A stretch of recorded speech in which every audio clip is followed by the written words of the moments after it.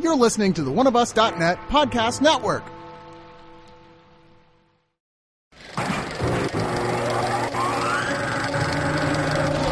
Something's coming.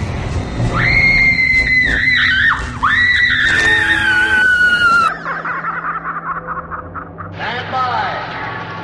Hold on to your hats. Here we go.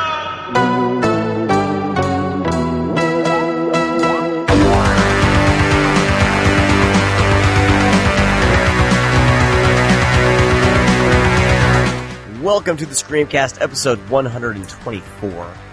I am Sean Drager, and with me is Brad Henderson. This is the best day of my life. Oh, baby. You can find us over at thescreamcast.com. Tweet us at scream_cast. And you can email us, readme at thescreamcast.com. Putting all this up front. That way, during the show, if you want to communicate as we talk about shit, you can. Yeah. I like that. Today we'll be talking about Vinegar Syndrome's latest package. Brandon and James. I was just about to say James. I didn't forget James's name or anything. Brandon and James will be on in a little bit to talk about this last year and what to expect from this year from Vinegar Syndrome. So it should be really fun to talk to them. We'll be and like I said, talking their handful of movies that came out the last batch. But first, we need to jump into what's on our doorstep. Holy cow, I almost forgot. We'll get the door.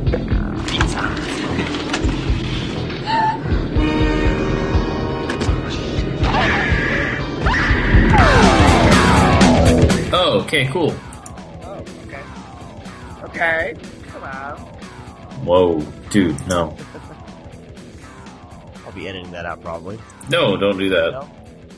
No, because that's the best part. People love to hear you say, I'm going to edit that out. And then you never do. You know, other people, like, when I say I like a movie for what it is, I realize I say that a lot. I'm trying to work it's because you like a lot of bullshit. Exactly. That's my way of saying that this movie's bullshit, but I kind of liked it. That's fine. Yeah. Maybe I'll just say that. I'll be saying, look, this movie's fucking bullshit, but I liked it. You're not going to talk anybody into watching anything. No, Congratulations. if the movie's good, I'll talk someone into watching it. If the movie's kind of just fun, disposable bullshit like Independence Day 2 that I kind of still like. Don't even fucking go. Sean, don't even fucking go there. It's 2017. Or Hercules with The Rock. God. One cool scene in that movie. All no, right. let's go to what's on your doorstep. What's on our doorstep? I watched. I think I'm off to a pretty good start. I've watched some good things, and the things that I am supposed to not like. I didn't like. Right? Is that how it goes? You're not supposed to like. Am I falling in line? Twitter, internet, film Twitter is great. Here we go. I'll run through mine really quick, Brad, and I'll let you get to your 100 movies you watched within the first 6 days of the year. Yes. So I was sick. You can kind of probably still hear it in my voice a little bit. So I was able to catch up on a lot of things that have been piling up on my to-watch pile. So I'm going to run through these as quickly as I can. I finally got around to watching Hardcore Henry, and it's exactly what I thought it would be, and I had some fun with it. And excerpts from video games. It's basically like watching somebody play a video game. Few entertaining bits here and there. I want to see like a making of thing on how they got some of those shots, because technically, like I can see it being fun to watch how they made it. As a film, like it's a good one-timer. Maybe. If you're into that sort of thing, I guess I appreciate save your time and watch the short film that they made beforehand. Okay. And watch Hotel Inferno. There you go. Same concept, but a horror version instead of silly action. Okay. Yeah, So there you go. That's Hardcore Henry. Next up, I finally finished watching Gods of Egypt. My wife and I had started this last year. We got 10 minutes in, and she looked at me and she said, "We don't have to keep watching this, right?" I'm like, "No, we don't." Surprised you didn't get a fucking divorce. I I'm a huge fan of Alex Proyas, as I butcher his name, Proyas. Well, The Crow and Dark City are, up there in my top 25 for sure. Like, I really dig those flicks. He hasn't really come on strong since then. What was that movie? Oh, Knowing with Nick Cage had some iRobot. Oh God, iRobot. He's had a lot more misses than hits. Then iRobot's a great. He has that Garage Days or whatever. That's decent. I haven't seen that. Actually, I haven't seen that. Holy shit. Yeah, he's got a movie called, I think it's Garage Days or something like that. Yeah. That was like it was like an independent movie that came out when I was working at Blockbuster or something, and I enjoyed it. I'll have to check that out. The thing about him is he has these high concept ideas. He goes after these high concept scripts. Like, in theory, like, the idea is super cool. iRobot, based off that Isaac Asimov, I believe, book, has some great ideas. The execution, whether I think it's studio mandated. Well, they cast Will Smith. Will Smith, that was the problem. Yeah. And there's some. Originally, I think, from what I remember when that movie came out, because I didn't hate it, but it's okay. I didn't like it either. Yeah. There's a couple cool moments. This movie's bullshit, but I liked it. No, there was Arnold Schwarzenegger was originally supposed to be in that when it was supposed to be made like in the 90s or something, because I guess they've been trying to get that movie off the ground. Dude, if that fucking iRobot would have came out like in the fucking 90s or some shit, dude, we'd be having an iRobot podcast right now. So then, Knowing was like, okay, how we have some good drunk Nick Cage in that. The idea is kind of cool, about this countdown, trying to figure out what it means. This, after this plane crash. So then now we have Gods of Egypt, which is about basically Egyptian gods back in ancient Egypt and what that ancient culture thought of the world. It's like some power struggle, kind of basic fantasy plot, hero's journey thing with this bullshit no-name pretty boy actor who's a bunch of bullshit. Gerald Butler, and then the guy from Game of Thrones. Isn't it Gerard? Gerard Butler? I don't know. Gerald? Did I say Gerald? Yeah. Shit. I don't know. I don't follow the new year and more fuck-ups from me. Gerard Butler is in it. The effects are awful. There's so much green screen in this movie, and then I was watching like how they made the movie, and it was just like what is like you look at the behind the scenes on the Star Wars prequels, it's all green screen. This all blue. They had hardly any sets, and they're all. It's like the stuff. I don't know. It's awful, but how do you recreate Egypt though? You can like Lord of the Rings, like Peter Jackson, not The Hobbit, because he fucked up on The Hobbit with some of the effects there too, but they did like these things called bigatures where they made these big scale model miniatures and it looked really fucking cool, like, and with some CG enhancement. Right. But you know how much money was behind that? I know. I think, obviously I'm not sticking up for Gods of Egypt, but this is like Iron Sky level crap. Like it's not good looking. Did you just call Iron Sky crap? Not Iron Sky. Oh shit! What was that all digital movie with like Jude Law? Sky Captain in the World. Sky Captain in the World of Tomorrow. It's Sky Captain in the World of Tomorrow. Like it's like Iron Sky is supposed to look like that. Like not Iron Sky, but it just looks bad. It just it's just video gamey where. Like all these mainstream blockbusters now, stuff's falling down and the hero, everything magically barely misses the main actor, it's just, I don't know, it's all that stuff.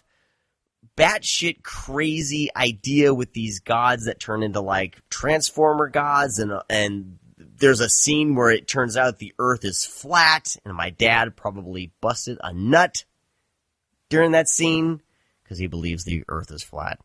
So there's some like batshit crazy ideas going on. It's just the execution, the main character that we're all supposed to follow, like this kid, is not funny. Everyone has an English accent except for Gerard Butler, who's doing his full-on Scottish accent. Oh my God, in Egypt, how are you doing? I'm gonna bash her face in and steal your eyes.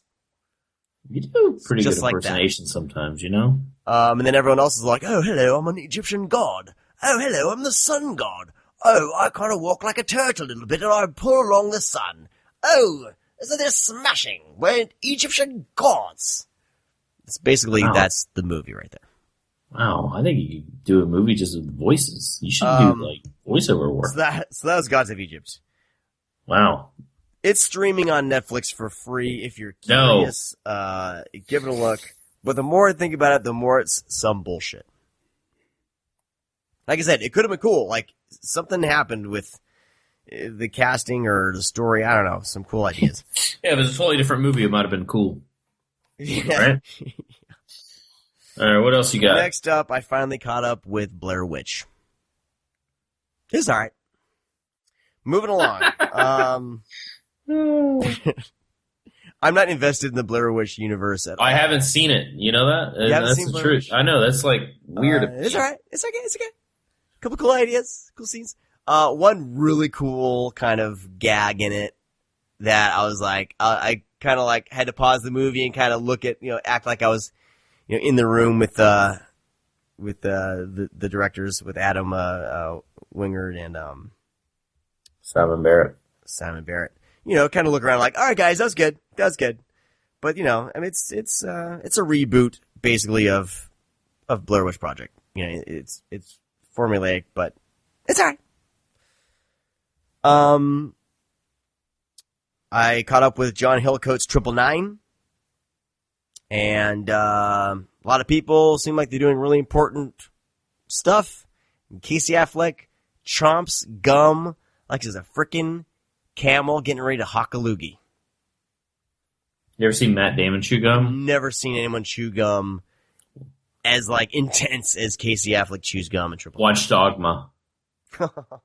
Fucking Matt Damon chewing gum. It's worse than that. It's worse. But he makes chewing gum look good. Not Casey Affleck. No, it's distracting. It's like, dude, I almost like wanted to walk into the movie and like spit your gum out now. It's ridiculous. You don't even look cool, Casey Affleck. Good looking movie. John Hillcoat knows how to bring kind of the grit and grime. I was kind of hoping for a heist police kind of drama. It could have done maybe with a re-edit or maybe a tighter edit, and maybe it would have been better. Yeah, it's probably John Hillcoat's worst film, but that's like saying, well, never mind. Pixar's has some really bad movies by now. Moving along. Pixar's been the worst. I'm like, that's like saying Cars 2 is a really bad Pixar movie. Never mind, it's a really bad Pixar movie. Let's see, I get two more. I checked out my German Blu-ray of Tom Selleck's Runaway from 1984. That movie still kicks ass. I like it. Little robot spider things. I've always liked it. It's one of those movies that was always on cable. I would always watch it and always loved it. It was PG-13 and you got to see boobies. So yes. I always got away. Cynthia Rhodes, who hasn't been in very many movies, but of course, Dirty Dancing and the like. She's in it. She's super cute. And a buddy of mine actually said that when she was married to Richard Marx, my buddy's a musician, he stayed at their house and she cooked him spaghetti. I was immediately jealous. Of course, Gene Simmons pulling off a great villain as usual, and then Kirstie Alley looking super cute. Is it Christy or Kirsty? Kirstie Alley? I think it's Kirstie Alley. Kirstie Alley. Kirstie. I'm just saying. I'm just saying. Whatever. I'm just saying you're getting better at names. Right. You got to get better at names. Finally, Runaway, directed by Michael Crichton. Huh. Crichton. I always I'm kidding. It's Crichton. I'm kidding. Finally, I watched Hell or High Water. This movie has been getting a lot of really good ratings. A lot of people have been talking about it. Stars Jeff Bridges. Jeff Bridges taller like this on a movie. No? Should I stop with the impersonations? Maybe. Okay. Over the line. But it's like, I'm like, did he put like a golf ball in his mouth, or is he just getting old? Like, is his jaw just stopped Jeff working? Bridges is like done that kind of voice before, though. Kind of just doesn't move his lower jaw at all the whole movie, I guess. Of course, Chris Pine and Ben Foster playing these kind of bank robbing brothers. Go into it as blind as you can. Enjoy this thing. Damn good movie. Probably if I would have seen it before top 10 of 2016, it probably would have been up there. Really damn good. I haven't seen it yet. I've been dying to. It's actually the writer of Sicario. Yeah. Director, David Mackenzie is the director. So No, that is. I don't know what else he's done. I just know he's the writer of Sicario. Oh, he's done a whole lot. Well, I can't remember his name anyway. He hasn't done anything high profile. It's probably the movie that's basically going to be putting him on the map. He did some movie called Spread. I make movies called Spread. Yeah. And a movie called Perfect Sense. And then a movie called Asylum. But Hell or High Water is a damn good kind of Texas road trip / bank robbery movie. A movie called Asylum. When did that come out? 2005. Oh, okay. Passion. Possession. The cover is a couple embracing. Ugh. Anyway, Hell or High Water, damn good. Check it out whenever you can. That's it. How's that? How's that for the first What's on Your Doorstep from You took for fucking ever explaining Gods of Egypt. Jesus Christ. I spent way too much time on Gods of Egypt, yes. Oh, finally, one more. Oh my fucking God. Ridley Scott's son directed a movie called Morgan. If you want to think it's something like Ex Machina, kind of sort of similar, but focusing mainly on like the team that's doing research on this kind of cybernetic organism. This lady comes in to kind of assess the situation because this cyborg or whatever she is, this kid, stabbed one of the workers in the eye with a fork. So this lady has come in to kind of assess everything, see how this project is going. Kind of got thrashed, I guess, by some critics. It's produced by Ridley Scott, directed by his son. God, what's his son's name? Ridley Scott Jr. No. Scott Ridley Jr. Luke Scott. Luke Skywalker. But dude, I thought this was a very good kind of B-level, sci-fi thriller. Some good horror stuff in there. I mean, Paul Giamatti is in it. His scene almost steals the movie. He's fantastic. A bunch of that guy type actors in it.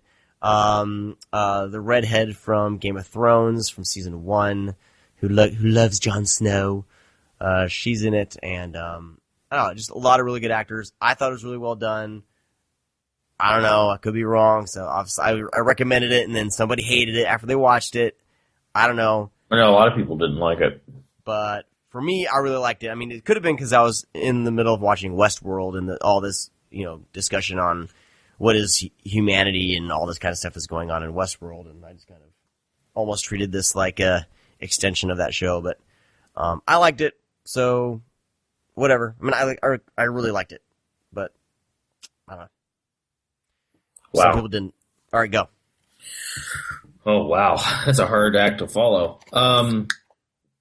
Crack it open, Sean. So, first up is Warner Archives' release of The Beast with Five Fingers, directed by the legendary William Castle. It co-stars Peter Lorre. It's fun. It's basically this really rich dude has a bunch of friends over. He makes them sign his recently written will. He dies in the middle of the night. This hand pops up and starts. The hand is known to be the ghost of the deceased man and starts killing people in the house. And they don't just get out of the house. They just stay in there. It's decent. It feels like a William Castle movie. There's a few things about these movies that I like. And it's just kind of like the eerie setting that they set up. Because it is an eerie setting. It is an eerie movie, but there's like this sense of comedy too.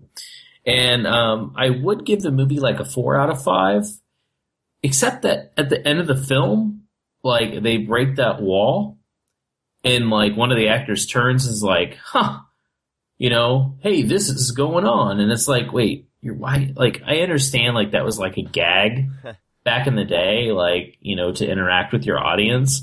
But when you have, like, a serious movie and then, like, the actor turns and just starts talking to you, it really takes you out of it. Unless like, you're Ferris Bueller.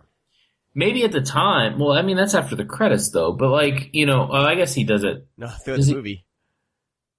Huh? Yeah, he does. Yeah. But I'm just saying, like, I don't like that. You know, trope. that's in the sense of the movie. Like, it works, but, like, this is just out of nowhere during this, like, creepy horror film, you know? And I guess at the time it was fine, but watching these now, like, it kind of takes you out of it.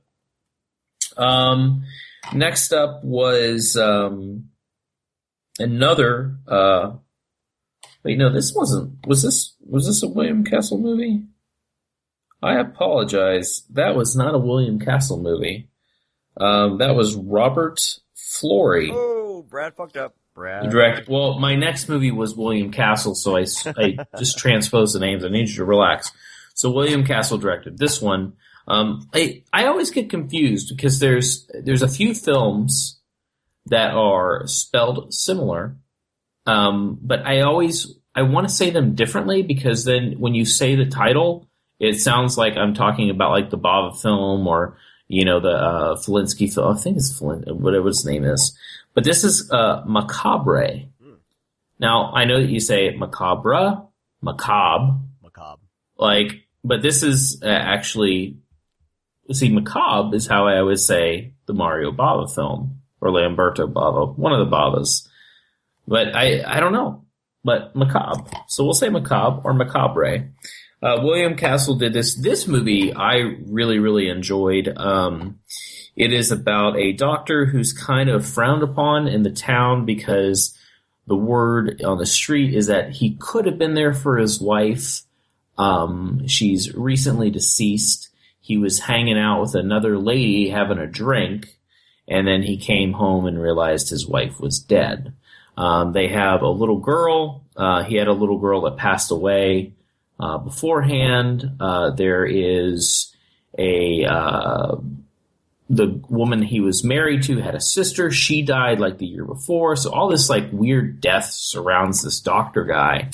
And the townspeople kind of dislike him, aside from his nurse, who works with him.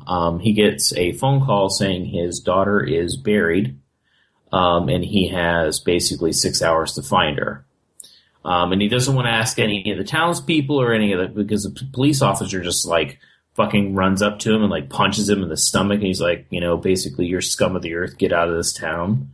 Because like he was really close to his wife, you know, it was like friendship wise. So he's like scared to ask anybody. So he like just starts tearing down graves trying to find his daughter that is buried in 6 feet under. So it's pretty suspenseful. And I love how these movies start out like, you know, Beast with Five Fingers starts at the eerie setting, but this starts off with like, hey, you're about to watch a William Castle picture. If you have, you know, any heart issues, you need to leave the theater now, like that type of thing. You know, it just puts you in the mood. Like, I like that type of shit. That's their version of, this film was based on a true story. Yeah, like, I just, like, you know, this movie's going to, you know, probably give you a fucking heart attack, or here's a barf bag, you might need it. You know, that type of thing. Or when you hear, bing, you know, to close your eyes if you're scared of gore. Like, that type of thing. I like that. But Macabre is a decent flick, so... next up was, I briefly spoke about this during, I think, South by last year, but it recently came out on DVD. It was one of those movies I saw at South by and I was like, eh. And then like, when I started talking to people about it, I realized I liked it more than I thought I did in the very beginning, but it's a documentary. It's called Danny Says. Who's the Danny? It's the Danny Fields guy. He produced like the Ramones records, and he just produced a lot of shit, like even stuff for like the Beatles and stuff like that. So he's like the reason why like all this music had a good producer and a good gained the popularity it did because this guy worked his ass off getting bars to book them and getting them contracts with their record deals, getting magazines to interview these people, kind of getting them worldwide publicity. And it's just kind of his life and about what he did. And very fun fact is that this is the guy that's the Beatles made that statement one time that they're bigger than Jesus. Right. Well, there is this reason why, like it was completely taken out of context, and it's actually because of this guy. And so, like, the Beatles blamed him. But anyways, it's a good documentary. It's pretty invasive about his life and what he did. If you're really into music, I highly suggest it. Cool, this recently came. I don't know why this didn't come out on Blu-ray. Danny says it didn't come out on Blu-ray either. This is by Film Movement. This is I talked about this, I think, a while ago on the show. I saw it at Fantastic Fest, I think. The director of Borgman, which I was kind of a fan of. So I was really excited to see this. I rewatched it. I enjoyed it a lot more the second time around, I guess, because I kind of knew what I was getting into because I was expecting another Borgman. And it's not. It's kind of a bumbling, stumbling comedy. It's called Snyder versus Bax. It's about basically two hitmen that are kind of like pieces of shit, and they kind of like face off, like at a house, and it's just like there's so many things that intervene, like with people visiting and stuff like that, and they're like trying to kill each other. It's funny.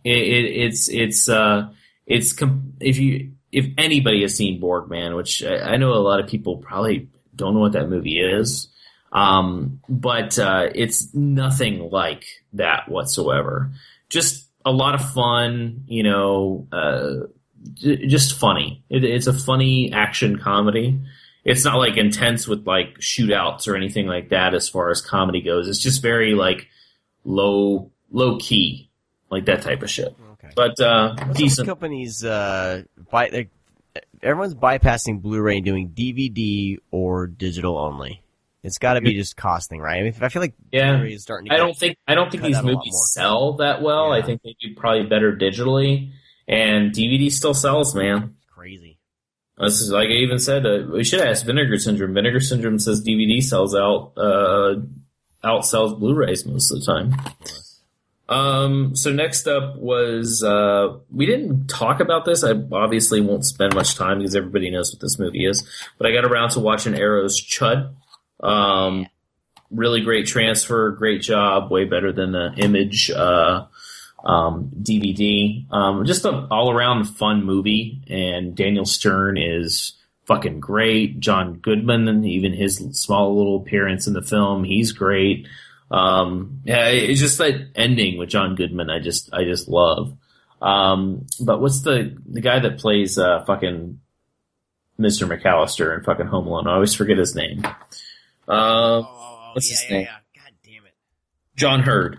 Yeah. Like John Hurd's great. Like it's just like the two people that you wouldn't think that would be the stars of the film, a photographer and some guy that feeds the homeless, end up like the main stars of battling like these fucking, monsters underground. I just love that. I love how it's not like some fucking military guy or some scientist. It's literally just two guys that interact with the homeless, find out what's killing the homeless, and they go off against it. Well, but like this one, that's why I was reacted to Chud 2 the way I reacted, because I was like, it's just basically turned into, like a Return of the Living Dead sequel. Yeah, it's very comparable. So they did I guess this is the limited edition, because I imagine they'll have another Chud version come out. But if you get this one, it has the integral cut. That's a new 2K transfer, and then they put the old Blu-ray theatrical cut. That's the limited edition part, I think. Was there a limited edition? I didn't realize that there was going to be I guess. Well, usually they do that. No, they usually do that. They have a limited edition of like another cut or something like that. Then they release another version of the film that's just, because they probably don't have the rights for so many. Yeah. But I watched the integral cut, the new 2K transfer. It's looks fantastic, like usual. Great work that Arrow does. Next up, this is another film that I spoke about last year a little bit. I rewatched it. I gave it another chance because this is a movie that everybody fucking loved, and I was not a fan of. I've watched it twice now, and my opinion still stands. Don't Breathe, which when I saw it, I think I reported back during South by Southwest. I didn't know what it was called at the time. I don't think I did. But I saw it under Untitled Fede Alvarez Ghost House Pictures thriller. And they changed the title to Don't Breathe. I just don't get it. Like, I'm not a fan of it. It takes the tropes of, like, stuff that, like, almost like a play-by-play of, like, little plot points, like in People Under the Stairs. But I'm just, like, just fucking run, dude. Like, kick the fucking blind guy in his balls. Like, and it's just like, it just goes a little over the top at times, and there's, like, this weird rapey thing. I don't know. It's just, it's not eventful. I saw somebody in the store, like in Target or something, they had a turkey baster and a copy of Don't Breathe. That's what they were buying. So, like, it has moments, like, with the sound design in the movie. The movie looks great as far as, like, cinematography goes, but, like, acting-wise, I mean, the only person that's bringing anything to the table is Stephen Lang, which he's always great. Yeah, awesome. But I just can't get into it. I've been seeing Don't Breathe and Lights Out on a lot of top 10 lists for horror this end of the year. And yeah, I'm sorry, I don't get the Lights Out thing. I guess just because it's an interesting villain, creature, I guess, idea. But I just realized I got a lot of South by Southwest movies that are re-released that I have here. South by Southwest episode part 2. So the next, I always end up watching stuff that I don't like. I watch it again, like I really do. But it's good to know that these are out. Like some of these are out because sometimes, like because you talk about it, people forget. Yeah. But like I am a firm believer that you need to watch a movie twice if you don't like it. Yeah, I think so. Because you just you watched it twice, kind of. So like the first 10 minutes twice, almost turned off again. Go for it. Sorry, go. This is Ty West's new movie, which I'm a huge Ty West fan. In a Valley of Violence with Ethan Hawke and John Travolta, aka John Wick in the West. Basic story: it's literally the guy gets his dog killed, so he goes after all these townsfolk in this town. Ethan Hawke goes to tear him up. John Travolta's the sheriff. Basic plot. I just didn't feel that, like, I wanted, since Ty West is a genre filmmaker, I think I wanted more out of him. So that's the reason why I rewatched the movie, is because, I mean, Ty West has made some great films. Like, even though people kind of shit on The Roost, I love The Roost. It brings me back to the 80s. Like how the setup is with the monster movie and stuff like that. And Tom Noonan comes out and he talks about it. Like, I love that. I wasn't a fan of Triggermen. I love the Innkeepers. I love how funny it is and scary it is. I was a big fan of Cabin Fever too, even though Ty West, like, completely doesn't want to say he did the movie. I love The Sacrament.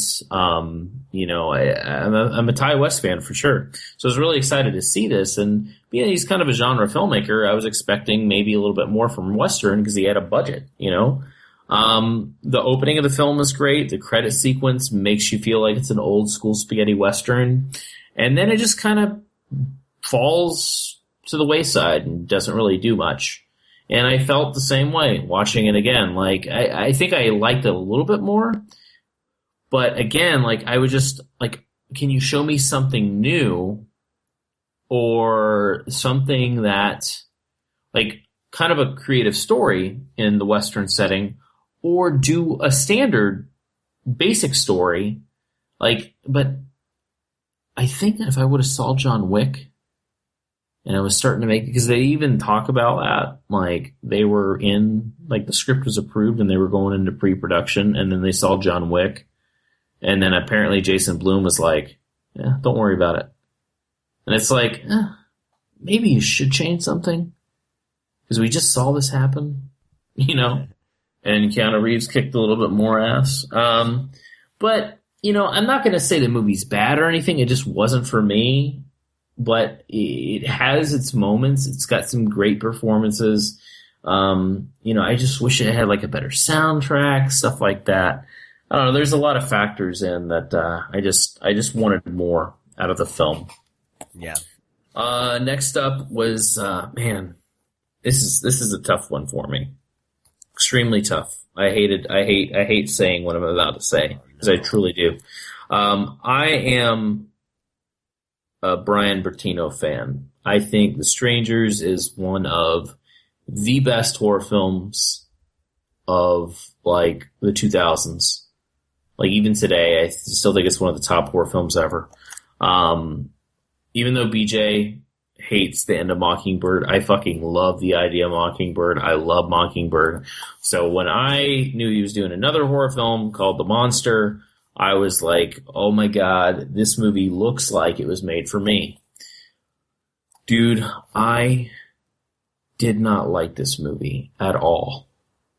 Like, I was so fucking frustrated through this whole entire movie. And don't listen to me. Anybody that's listening to this podcast, do not listen to Brad right now. Watch this movie, because I am apparently wrong, because people love this movie. I just couldn't get into it. Like, I hate everybody in this movie.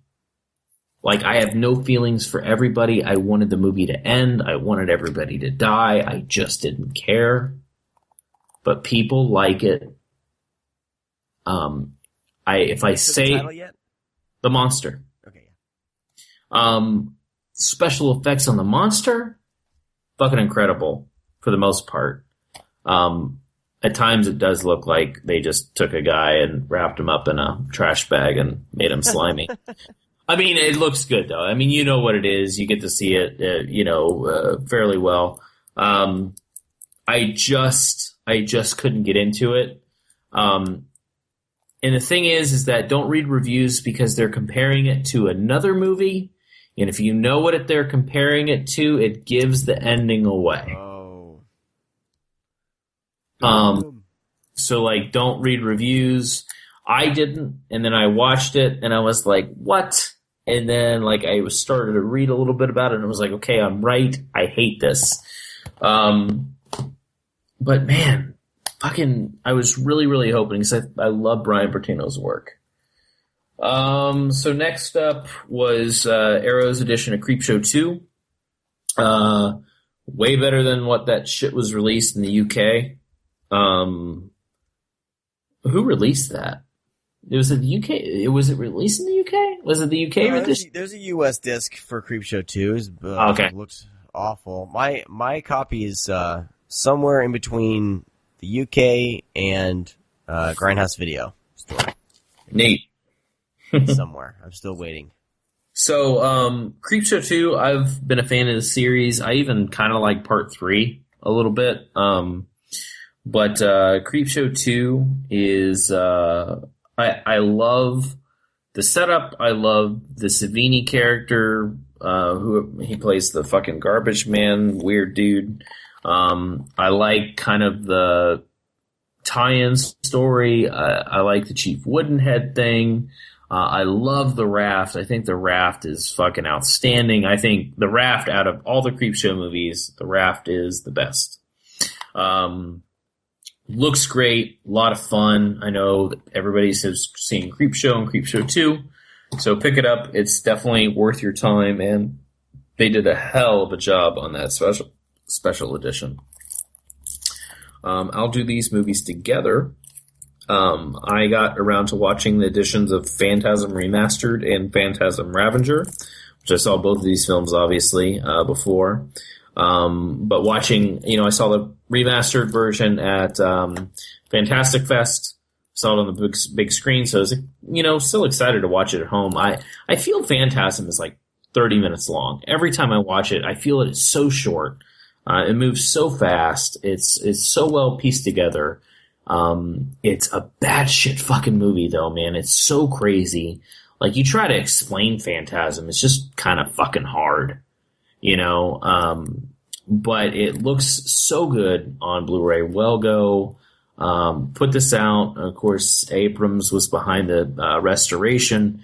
It looks great. Which is a lot of fun on this one is they actually include the original mono mix, which is obviously before they revamped the sound, which sometimes I kind of prefer on releases like this because, like, I like the sound that they did for Night of the Demons on Blu-ray, Screen Factory, because it needed it. This one, I like how dainty it sounds. I don't like the heavy ball sounds moving. I don't like the grumbling of the, creatures. I don't like the kind of the shaking or the rattling when, that stuff. I kind of like that mono track. So I preferred it. And it was weird for me saying that because usually I don't give a fuck. Just whatever the default is and it sounds great, that's fine. But I actually tested it out and there is a big difference. But not really stacked on special features. They pulled out the special features that was basically on the old DVD that MGM released. But looks great. I gave Phantasm Ravager another shot. I've now seen this movie 3 times. If you're a hardcore Phantasm fan, it's fun. Yeah. If you're not a Phantasm fan, stay away from it. If you absolutely love the series, there's a lot of stuff in there for you to laugh and smile about. It's just not that great of a movie. And then two more. Relax. I got around to watching Film Movements. I actually covered Boiling Point by Kitano. Violent Cop is his first feature.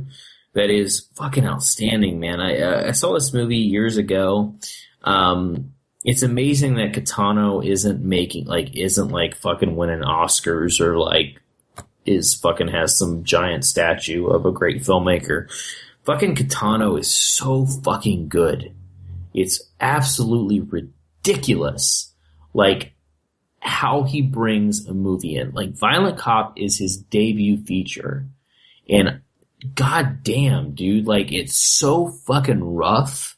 It's so good. He's I just love how he just stands and looks before there's sequences in all his movies where he always plays the badass, but he's just he just stares at the other character and just doesn't say anything. There's 20 seconds of just silence and staring, and then he just fucking hauls off and hits somebody.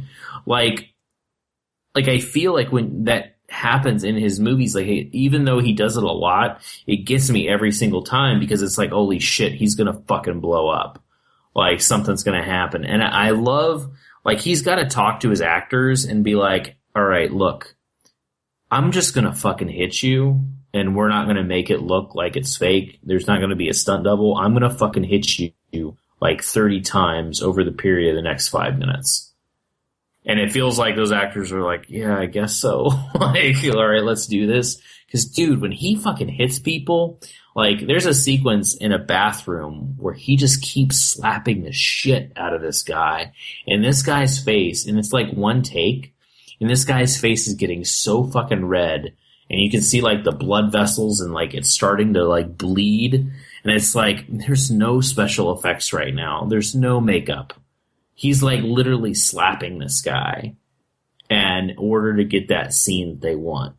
And you can see the anger building up to where he just explodes and starts screaming, and it's like, God damn, dude, like, you know, I don't want people to go off and be like, oh yeah, let's fucking beat up our actors. But there's something with Kitano doing it like in the 90s, making the films he did, just going balls out and just fucking pure insanity. But he knows how to put together, he's like this is like watching like a Larry David version of like a Yakuza movie. Like, even in the music and Violent Cop, it's just some standard like story where he gets himself into some shit and then he's like, fuck, man, I fucked myself. Now I gotta get out of this. And it's just like some mundane like Seinfeld episode, it feels like, but just like with some hardcore like guns and fighting and punching and like, you know, just beating the shit out of people.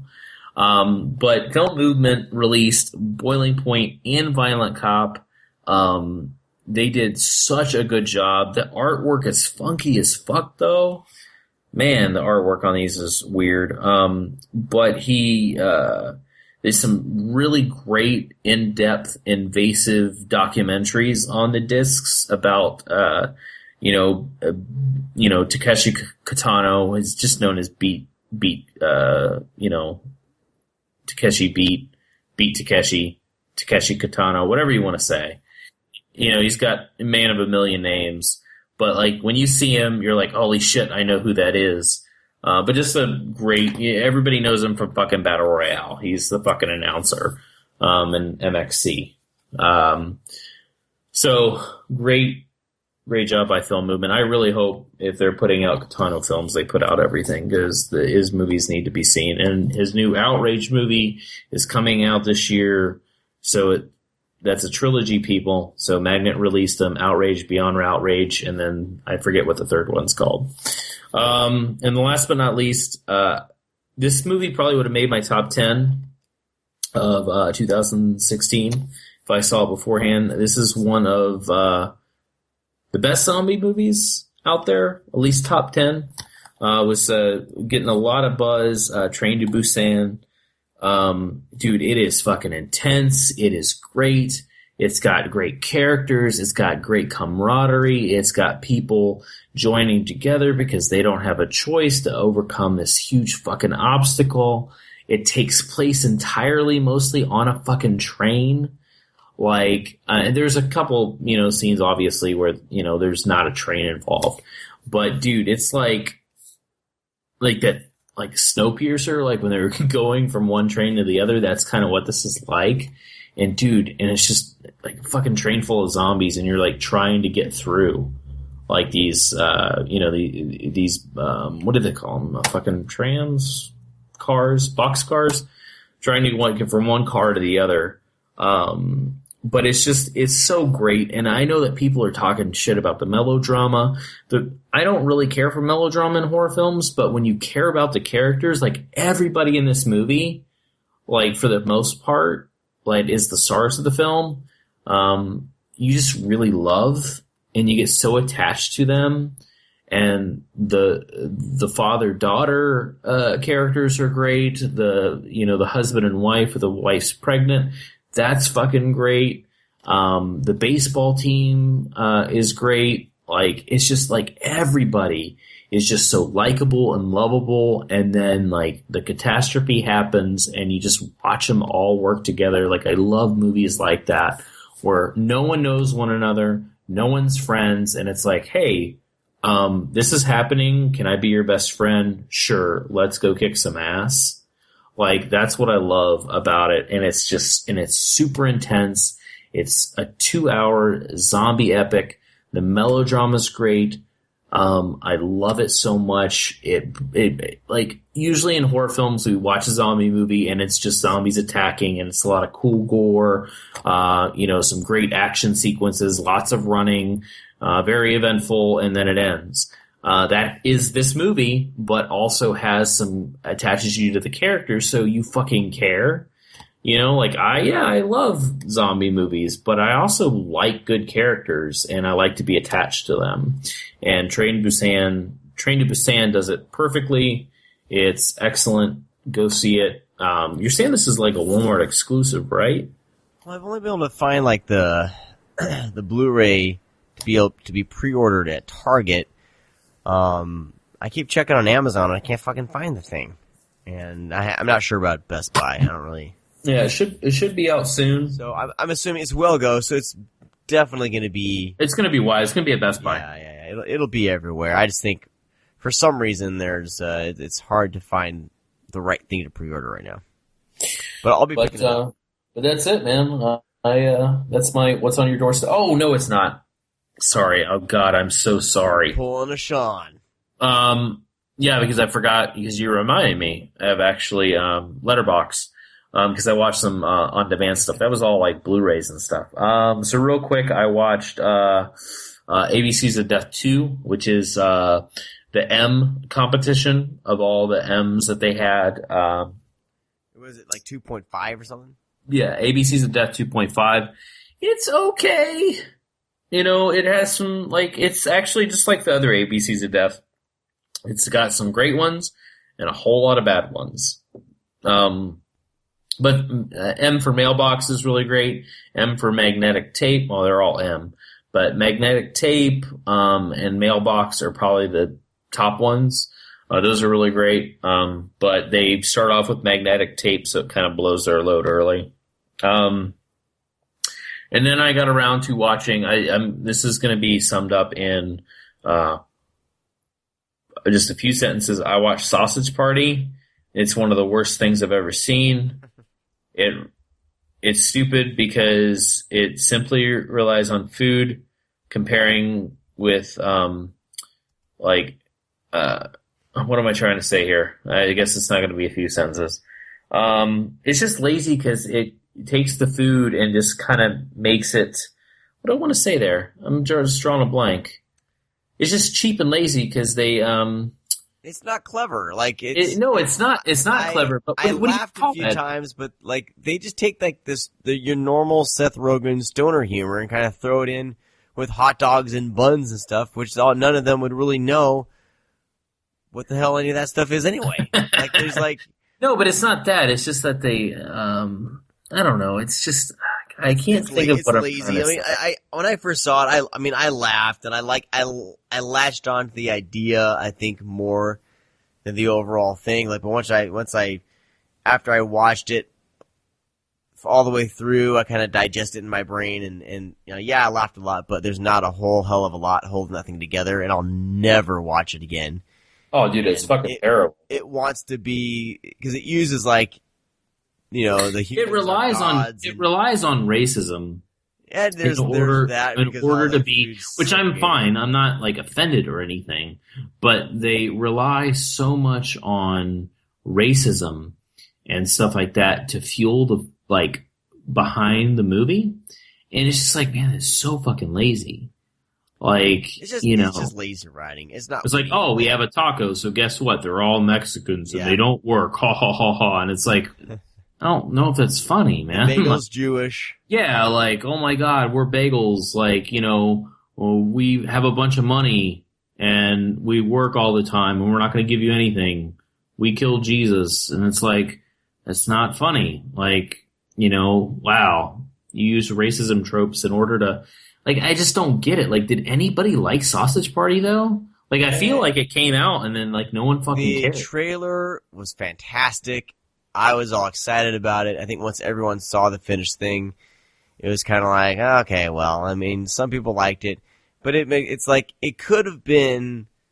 The potential was there, and the potential just got squandered by. I like Seth Rogen to a point, but I was talking with my wife about this because we'll always end up watching a Seth Rogen movie, but they're disposable, like they're not rewatchable.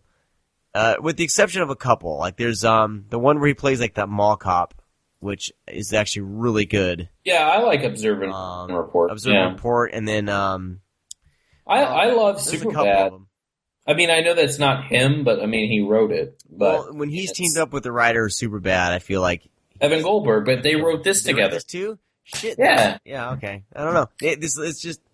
I mean, it's clever. Here. It's clever in a way, like with the Christianity stuff and everything. Could have, but it's like setup is clever. it's just like I feel like we've seen like those racism jokes before. Like I just couldn't get into it. Yeah, I don't know. It's all right. Like I said, I laughed, but it's disposable. And then I watched Jackson Stewart's Beyond the Gates. This is actually the second time I've seen it. I saw this a while ago, actually. I don't even know if it was a finished cut, but I like to support friends and stuff, so I rented this. I like it. I wasn't going apeshit about it when I very first saw it. It has a great soundtrack. Barbara Crampton's great. Brea Grant's great. Graham Skipper's always, a real treat to have. It's creepy. It's scary. It reminds me of the VHS board games. Cause I had that one, the Hell one, I forget, or Nightmare, I think it was called. But anyways, like it takes that like thing that didn't last very long and they made a movie about it. I thought it was pretty clever. But yeah, it's a fun little throwback. So I would, suggest watching it if you dig this sort of thing. There's like a small, like a limited fraction of the population that remembers these games and actually played them. It was such a here and then gone idea, I remember seeing them a lot, and that's the weird part because Clue game. Yeah, there was Clue. There was like a Wayne's World one. There was like shit. It was like a dance, like it was like a party, like a house party one. Not like House Party like the movie, but there was like a party one. Like I remember them, and I thought they were more popular. I guess like they left my mind because I remember seeing them a lot when I was younger. Yeah, I remember seeing them like at garage sales and stuff, and then. Like, I just completely forgot about them, and then when I heard about the plot of Beyond the Gates, I was like, oh yeah, video game board games. VHS and like, VHS board games, and I look it up, and I'm like, oh wait, this wasn't super popular. I was like, would I just like a big fucking nerd and knew about this shit? But anyways, nerds are making nerds are making movies for nerds, and Jackson Stewart kills it. And he took a really funny, obscure thing and made it into a horror film, which it works. That's it. All right. Well, very cool. We are going to do a news segment with Josh Obershaw. His Skype was being shitty. So he has recorded his segment, and we're going to see how this goes. So we'll jump into news with Josh Obershaw right now, and then we'll be back with Brandon and James from Vinegar Syndrome right after this, and then we'll talk about more movies. So stick around.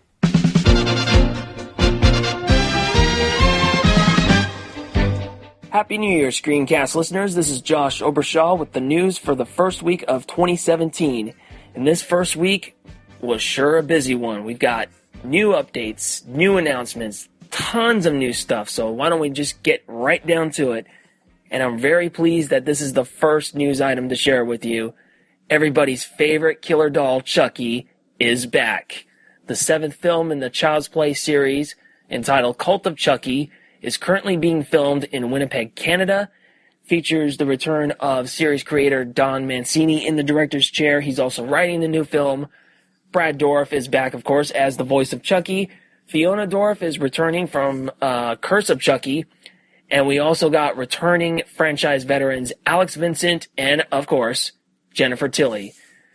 This one is going to be coming out in the fall of 2017 from Universal, so keep your eyes open for more details on this exciting bit of new movie news. Let's get back to some Blu-ray news. Speaking of Universal, Roger Corman's Death Race 2050 is going to be coming out on Blu-ray this coming Tuesday, January 17th.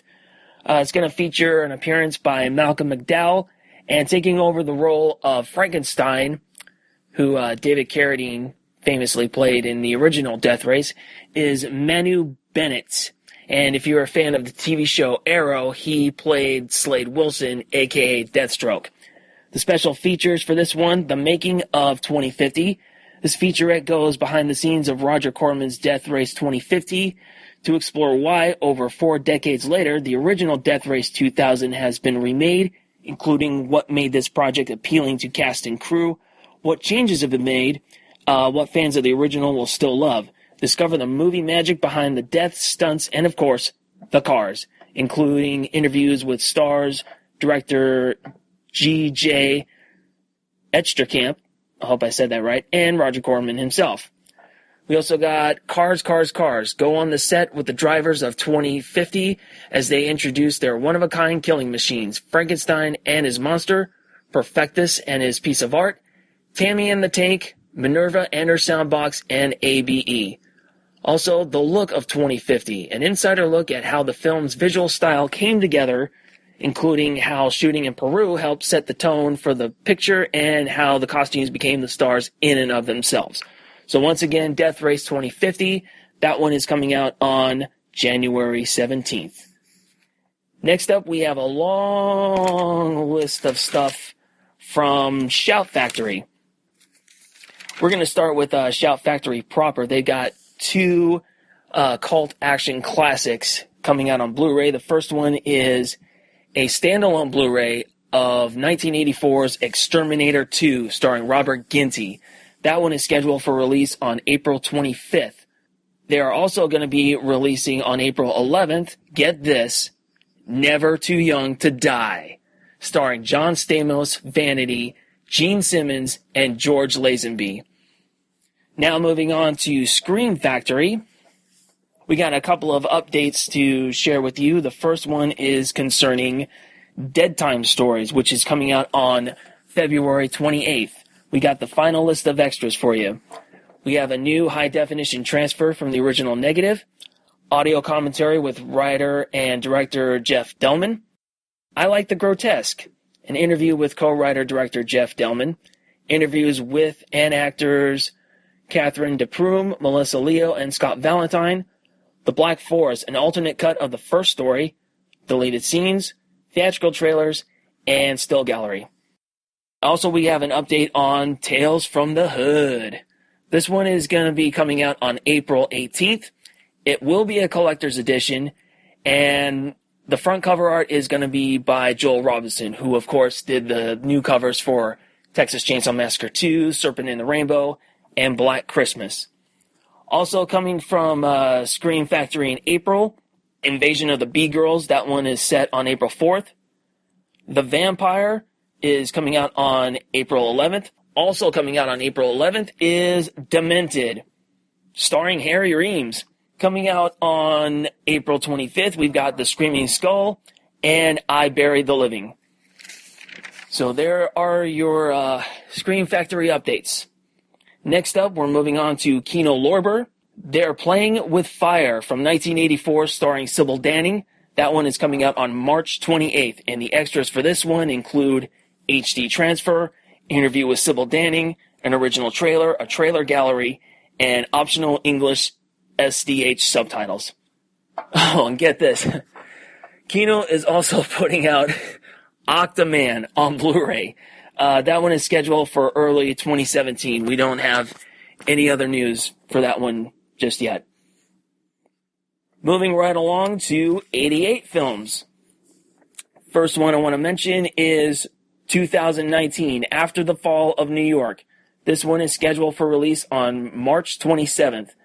And the extras for this one include a reversible sleeve and interviews with director Sergio Martino, Massimo and Otello Galeng, and another interview with Galeng and Giancarlo Marin. Next up from 88, Iron Master. We have a date for Iron Master. That is April 10th. And the extras for this one are interviews, and Otello and Giancarlo, another one with George Eastman, and another interview with director Umberto Lenzi. Next up, the date is May 15th, and we got 3 coming out that date. First one is Delirium. That one's going to include an interview with Lamberto Bava. We've got Return to Horror High, starring George Clooney. And we've got Masked Avengers from the director of The Five Venoms. The extras for this one include HD and SD in 2.35 to 1 aspect ratio. It is going to be dubbed in English, but there's also going to be the Mandarin soundtrack with subtitles. We've got a commentary with acclaimed kung fu expert Bey Logan, a trailer, and also booklet notes by Dr. Callum Waddell. So that's it for 88 films. So if you have a region free player and you like 88 stuff, lots of good stuff coming away. Okay, next up, we got a sneak peek at the February package from our sponsors, Vinegar Syndrome. Let's see, what do we want to start with first? Okay, DVD-only announcements. They're going to be putting out a DVD of The Love Slaves, and the special features for this one include scanned and restored in 2K from 35mm archival elements, video interview with director Bob Chin, and a video introduction from Bob Chin. Also coming out is a double feature, The Nightbird and Night of the Spanish Fly. Coming out on Blu-ray is Babyface from acclaimed filmmaker Alex de Renzi. Special features include 2K restoration from 35mm vault elements, extensive audio interview with actress Molly Seagram, Parochial Passion Princess, a short film by Alex de Renzi, and reversible cover artwork. And the one I'm really excited about is the 1987 slasher Slaughterhouse. There's a ton of features on this one. It's newly scanned and restored in 2K. Got an audio commentary track with director Rick Rosler, producer Jerry Enko, and production designer Michael Scaglione. A new video interview with lead actress Sherry Bendoff-Lee. Making a low-budget indie. It's a featurette with Rick Rosler. Let's see, producing Slaughterhouse, interview with Jerry Enko, archival interviews with Rosler and Enko, epilogue 30 years after the slaughter, radio interview featurette from 1987, a local news coverage from the theatrical premiere, behind-the-scenes featurette, outtakes, no smoking, Slaughterhouse snipe, multiple theatrical trailers, TV and radio spots, a shooting script gallery, reversible cover art, and optional English SD subtitles. So Vinegar Syndrome's February package is looking pretty sweet. All right, folks, what else we got?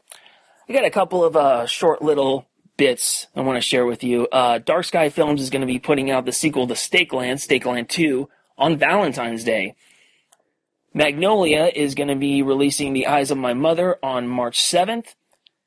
And Mondo Macabro have announced 2 Spanish films for release sometime in the first half of 2017. And those 2 films are Who Can Kill a Child and The Blood-Splattered Bride. Next up from Severn, they're going to be releasing the Italian film Wild Beasts on February 7th. The special features for this one include Altered Beasts, which is an interview with director Franco E. Prosperi, Wild Tony, an interview with actor Tony DeLeo, Cut After Cut, interview with editor and Mondo filmmaker Mario Mora, The Circus is in Town, interview with animal wrangler Roberto Timberti's son, Carl Timberti, House of Wild Beasts, a visit to the home of Franco E. Prosperi, and an original international trailer. This one sounds nuts, and I can't wait to see that one.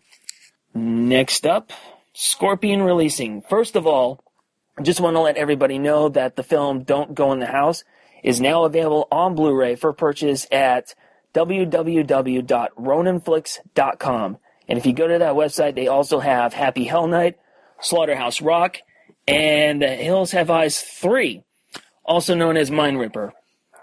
But getting back to news, we have our first look at the Deluxe Collector's Blu-ray edition of Dario Argento's Opera. And some of the special features on this one, we've got a new 2K scan of the original camera negative with extensive color correction exclusive to this release. 2 different English tracks and the Italian track with English subtitles. The film is presented in 2 aspect ratios, each on their own dual-layered disc. First one is in 2.35 to 1 aspect ratio, and the other one is 1.78. Got a new audio commentary with film historian Nathaniel Thompson, and new interviews with stars William McNamara, Barbara Cupisti, Coralina Cataldi Tassoni, Urbano Barberini, and makeup artist Franco Casagni. Interviews with director Dario Argento, composer Claudio Simonetti, screenwriter Franco Ferrini, special effects artist Sergio Stivoletti, press agent Enrico Lucerini, and movie historian Fabrizio Spurio. We also have the U.S. Orion Pictures cut, the original theatrical trailers, and apparently there's going to be more on the way. So we don't have an exact release date for this yet. It says it's going to be on the market early next year. So as soon as we get updates, we'll just let you know. But also coming out from Scorpion Releasing is the 1982 film Humongous. And this is also undated at the moment, but the special features, we got 2 versions of the film. We have an R-rated cut in HD, and there's going to be an unrated cut in HD with standard definition inserts. We also have a new interview with actor David Wallace, an audio commentary with director Paul Lynch and writer William Gray, moderated by Nathaniel Thompson. There's also a theatrical trailer, watching in Nightmare Theater mode, reversible cover featuring the original movie poster, and the first 2,000 copies only, a slip sleeve featuring custom artwork by artist Kung Fu Bob. And that's all the news for this week's Screamcast. If this week is any indication, I think we're going to be in for a pretty awesome 2017. Be sure to follow me on Twitter and Instagram at Dr. Splatter. Going to turn it back over to Sean and company. So this is Josh Obershaw saying, see you later.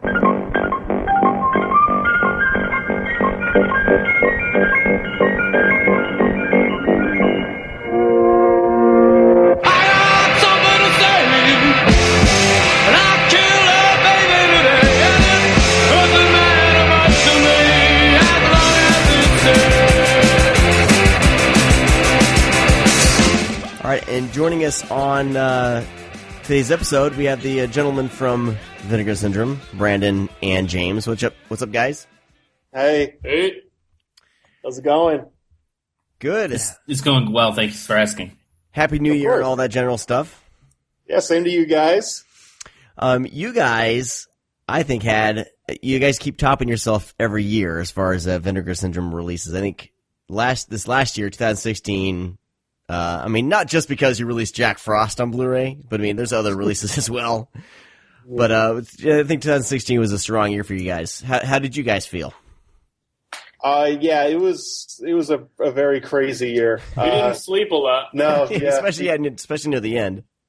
Yeah, no, it was really awesome. It was just a banner year for us. It was just crazy. I don't think. We were doing the jobs of 50 people, from 5 of us. So very, very modest of Brandon. Yeah.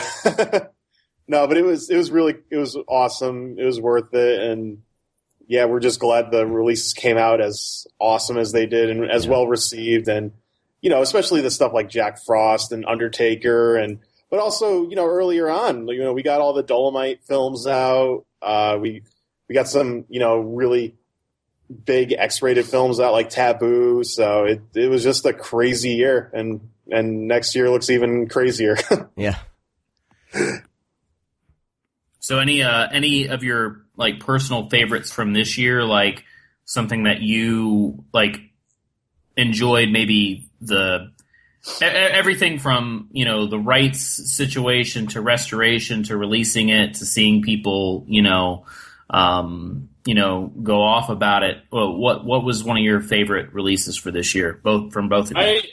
I like that we put out Psychic Killer, and it's one of my personal favorites from this year. I really enjoyed working on it. I think it's very underrated, and I wish more people would check it out. Mm-hmm. Brandon, what do you think? Yeah. That's cool. No, that's a great one. But for me personally, the big one for me was The Undertaker, because that was just so much work to get together. And, a little shout out to Brad. You did kind of help in finding contacts for us and everything. But getting that whole release to happen and to see the original cut of it and just get it out there in the world, that really, it was pretty crazy. But finally, meeting William James Kennedy and getting him to talk about the behind the scenes of it, and it was just a crazy release to get together. But it's one that, like, towards my heart, it's really special to me. But even stuff like Jack Frost, that was awesome to get out too, and getting the Dolomite films out, that was another great one, but to get out. But I think my favorite would still be Undertaker. That was just, the way it came together. That was Brandon's baby for a long time. Yeah. And we couldn't have done it without you, Brad. Thanks, bud. Oh, no problem, man. Brad, you're the best, bud. Brad hasn't patted himself on the back at all. No, I have not. I don't have it hanging up in my house either. And I tell strangers when they walk through my door, "Hey, look at this." Oh boy. No. Well, what were you guys? Now I'm curious. What were your guys' favorite releases of the year? From us, I guess. Or from anybody else. Or from anybody else. It doesn't matter. No, I mean, I had a lot of fun checking out Death Row Game Show. Like, that was, the great thing about you guys is, like, I'm always discovering these B-movie gems that I've never seen. I had Death Row Game Show on some big, like, Mill Creek box set of, like, 200, B-movies, and I never had got to it. I never even really, I mean, there's so many movies in that set, it was like I couldn't even really keep track. But seeing it for the first time, like, in HD, and it was just a goofy, fun flick for me to, check out.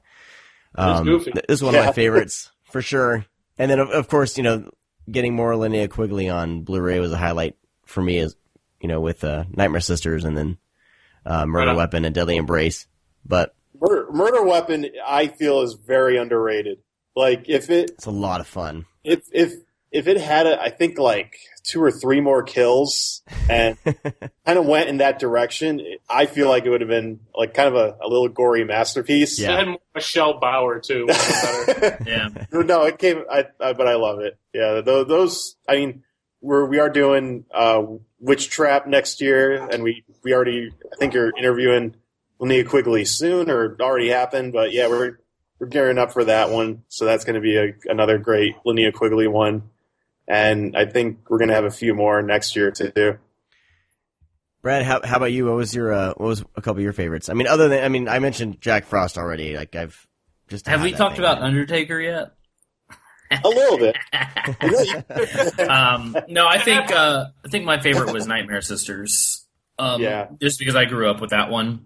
I watched that a lot. As a young teenage boy in my bedroom alone. And so it was nice to, I haven't actually seen it for, in a good while. So when they announced it, I was super excited, held off on watching it, beforehand again, just waited for the Blu-ray. And it was, so sometimes when you watch things like probably, the best that they'll ever look, because we're coming from this, I was coming from a VHS era where I was watching this and the tracking was all fucked up during the bathroom, the tub scene. If anybody doesn't know about VHS tapes, when those scenes would happen, nudity, you would notice that the tracking was all fucked up on tapes. During nude scenes. It's because people would pause and rewind them during those sequences. Way. What? So that's the reason why. And a lot of people don't know that. So, instead of,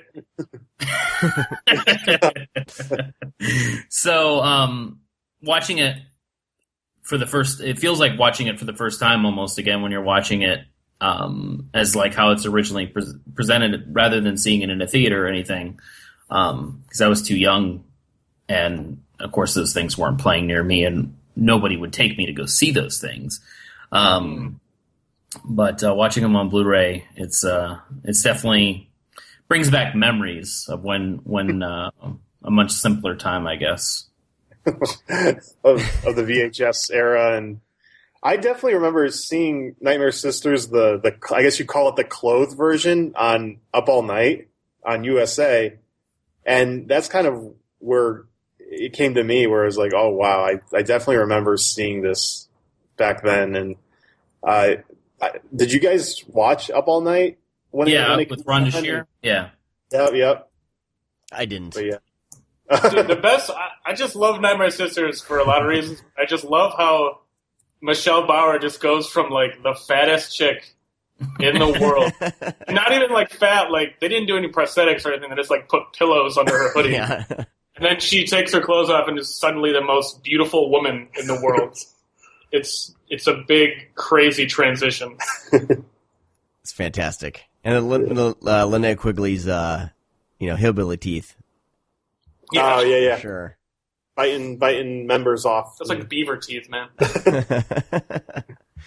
What were some of your guys' like, I guess, biggest challenges last year? I mean, other than, you guys deciding to do this crazy sale that I'm sure was a huge challenge. Was there anything that you guys had to deal with that you were just surprised, and Well, we've had some growing pains, but like pretty simple ones that are expected. Just like, different like replication things and shipping things. It's all stuff that we're learning, and some of it has been a lot more difficult than others, but we'll always learn the lesson and then keep going from there.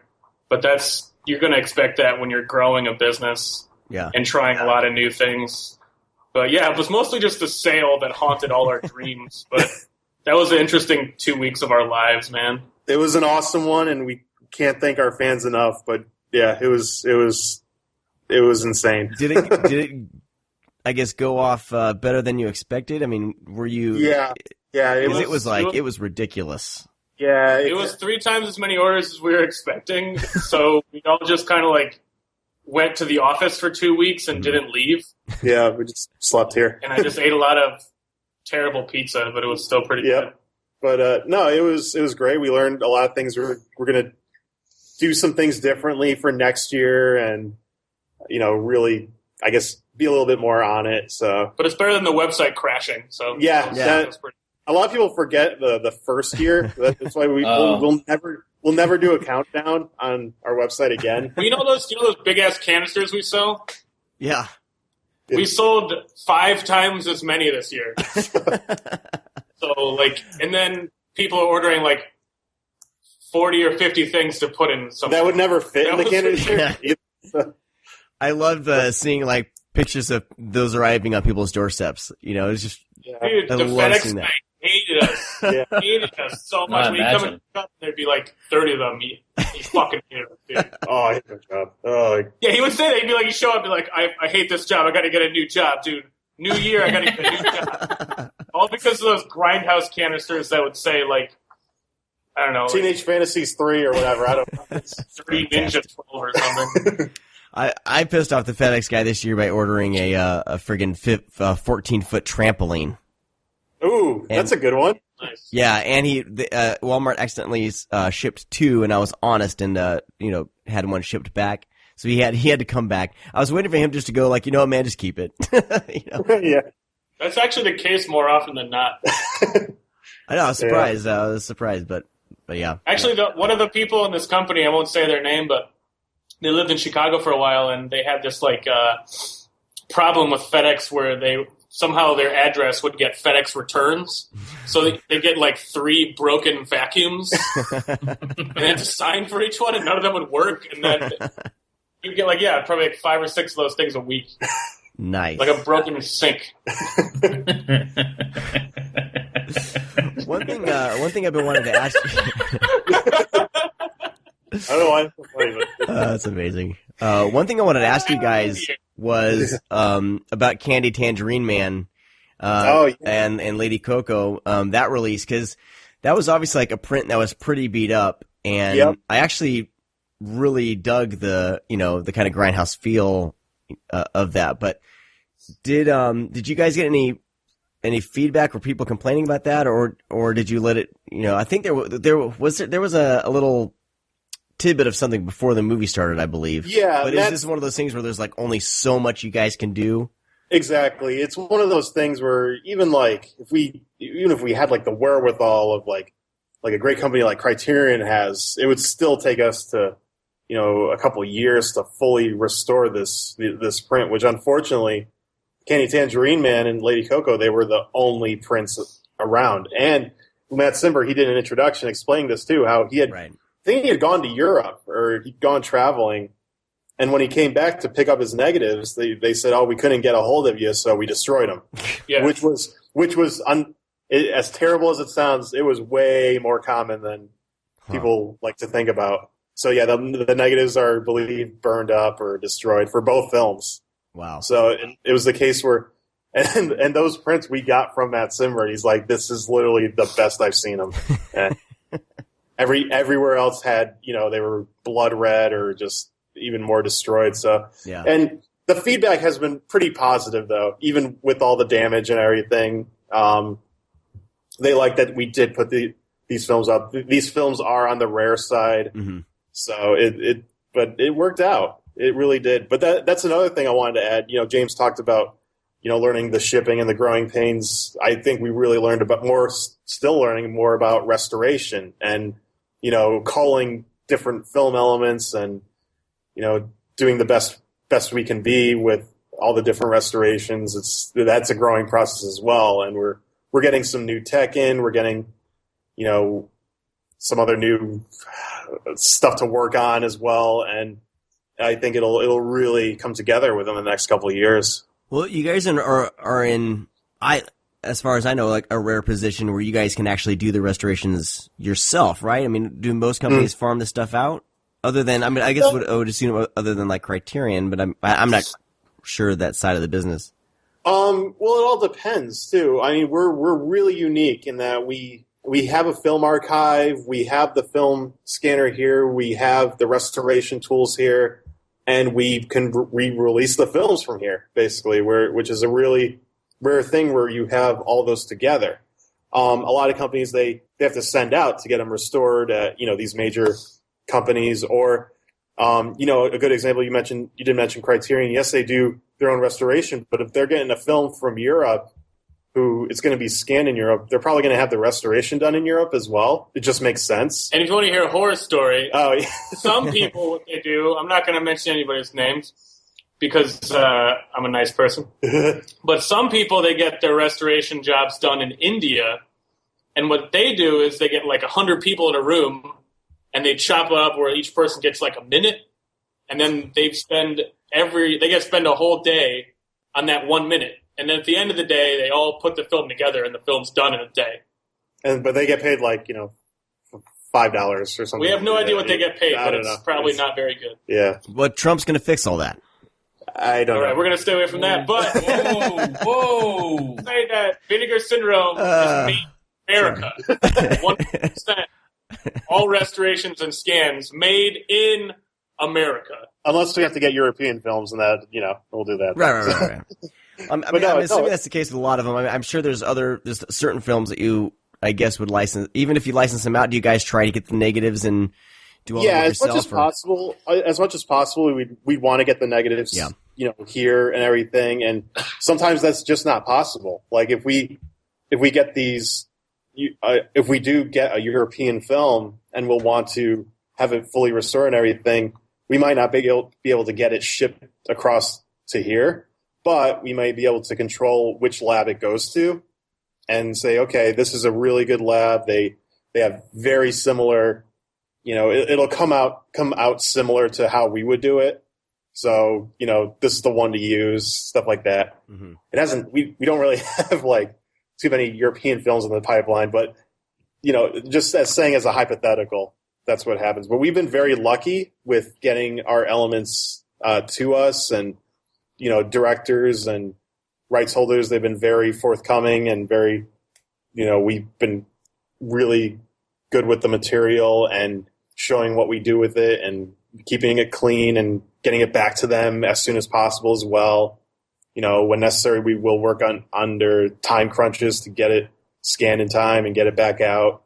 So it all depends on the project, though. Cool.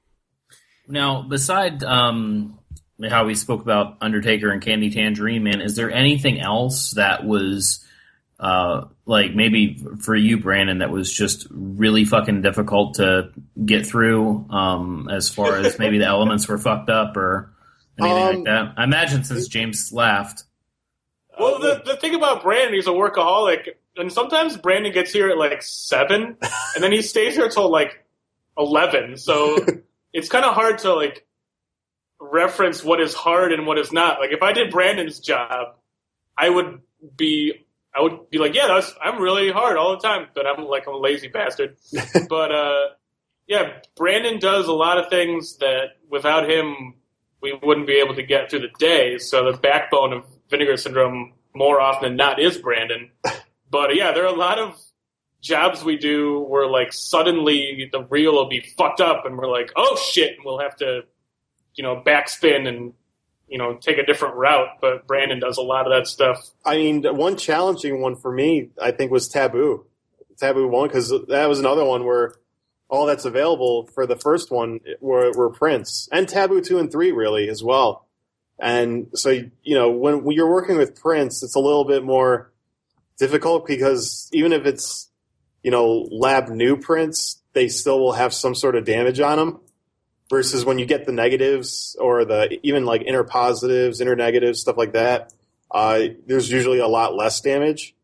But for this, no, it came out really good. Now, going forward, I won't mention the titles, but we are going to be scanning these films, which I don't know if they'll come out this year or maybe next year sometime, but they're very vinegared. So that's always a big challenge, too, because you never know what they're going to look like. We've had vinegared films, brought in where we scan them and they still look good, but they're eventually just dying out. So that's another big challenge when we get film in that we know is going to be starting to rot, and you just don't know how big the damage is going to be. So it's like a triage. Sometimes we'll find a film that needs to be scanned tomorrow because of its condition. Even if it's a film we know we're not probably going to release for a while. Sometimes for years. Yeah. But no, I for this year, for 2016, we did have the few challenges. It was that, and a lot of people don't realize this, but Jack Frost was from a print, but that was like a brand new, never played low con print, and it just looked phenomenal. What's funny? Something we had to do. We had to get a surround system because Jack Frost is in surround sound. Oh yeah, so we had to buy that and set it up that day, and yeah, that was a weird day. We have another one. Well, it was already I think mentioned publicly. Slaughterhouse, that's going to have surround sound as well. Oh, nice. Yep.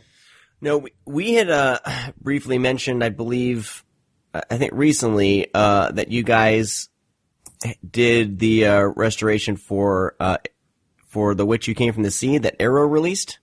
Yeah, I restored that. Brandon scanned it. I restored that film. Yep. I don't know if we've talked about it on the show before, but I thought that was. It was funny because I could tell when I was watching it. I was like, "This looks like a Vinegar Syndrome release." Yeah. Who messed this crap up? Yeah.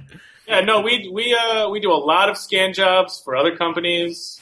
We do a lot of jobs. It sounds kind of hot. Yeah, dude. Oh yeah. The scanner can get hot when it's. No, dude. Almost Nightmare Sisters hot. Ooh, wow. We do a lot of scan jobs for other companies, and we just recently put that part up on our site. Yeah, we had a section website on vinegarsyndrome.com, and it's called Lab Work, and the stuff that's on there, we had something to do with the release, whether maybe not necessarily scanning the whole film, but maybe scanning a part of it. Like a good example, The Hills Have Eyes. We didn't do the main feature, but we did the scan of the ending and the outtakes, the deleted scenes. So even stuff like that, we kind of included it just because like a show like the Lab Work that we also do as well. Yeah. Scan job. Well, that's cool. But just kind of boiling down, the companies like you guys and everything. Like everyone's really in it for the film. You know what I mean? And that's It's. I thought this was really cool, and when I found out that you guys had done that or had been doing stuff like this. So. Yeah, I like the part with the muscle guys on the beach.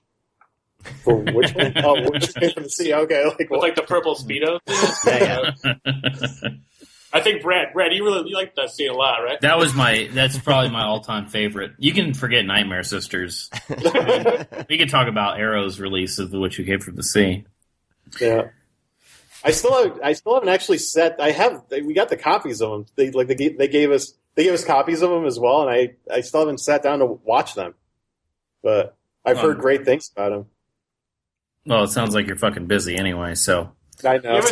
You ever see Shockwaves? Yeah. Yeah.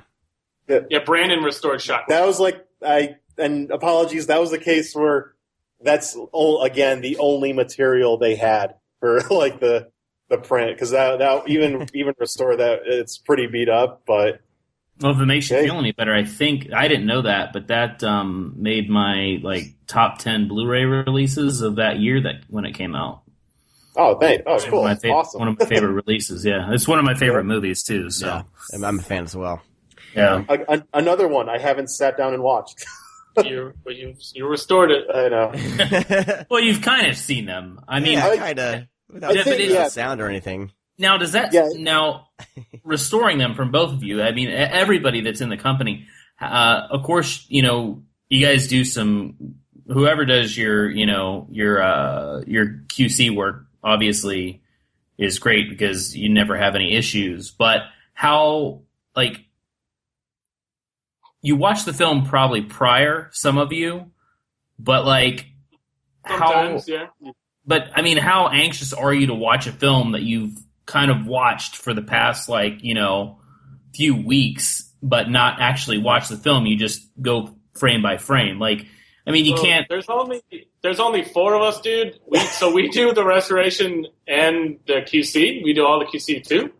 So most of these films we'll watch maybe 5 or 6 times in various forms, and some of them I watched so many times that I'm surprised I'm sane anymore. But we also watch them on different players, and we tested on the PlayStation. We tested on one Blu-ray player. We tested on another one. And if it has an alternate cut, if it's got a Blu-ray and alternate cut, we have to watch each cut both times and then repeat that, and then we have to do it again for the other disc. And that's after we pre-QC it. We pre-QC the file after we color correct it and pre-QC. Yeah, we put do. The sound on it. We watch these movies a lot, damn it. All right, so leading up to my next question, is there anything that you absolutely hate? Bigotry. No, not hate, but something that racism, bigotry, all that. You're just like, Jesus fucking Christ. Because I don't think I could ever watch 5 seconds of Death Row Game Show ever again.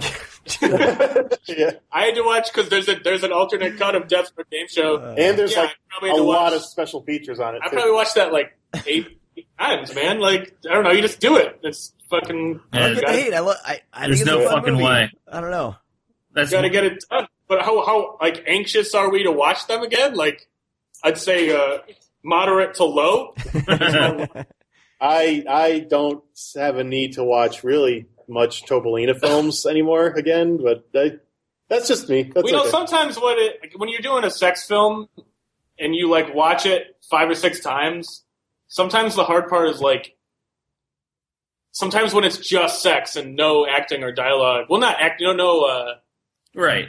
No story or anything like that. That can get tedious, and it starts to feel really slow when it's 85 minutes of just a repeated motion sometimes, and that gets a little tedious sometimes. But then you get the really entertaining stuff like Sex World, Candy, and Taboo even, and it just goes fairly quickly. Yeah. Even as films as they're a little bit longer. But I liked Hangs Upon Nothing. The surf film that we put out. Yeah. But that's your most contemporary release, right? Yeah. Our friend made that, so we put it out. But it was cool to just sit down and watch people surfing and listening to really nice music. Yeah. Well, change your pace. We also wanted to put it out just because it was this great. I feel it's this really great, art house film. And he shot that on 16, right? Yeah, he shot it all on 16 on a 19. He shot it over the last 7 years, but he shot it on a 1967 Bolex Super 16 camera. And he built gear a box, a specific box to hold it while he was surfing on a surfboard, so he could be underwater with a 50-year-old camera in Indonesia. Jeez. Yeah, he's a cool dude. Yeah, but now that one, we did have it available on for the Friday sale, for the Black Friday sale, might be available in the upcoming sales as well. But for now, you guys can get it on Amazon. Okay. Cool. Now, you mentioned, I guess you're not a Tobolina fan.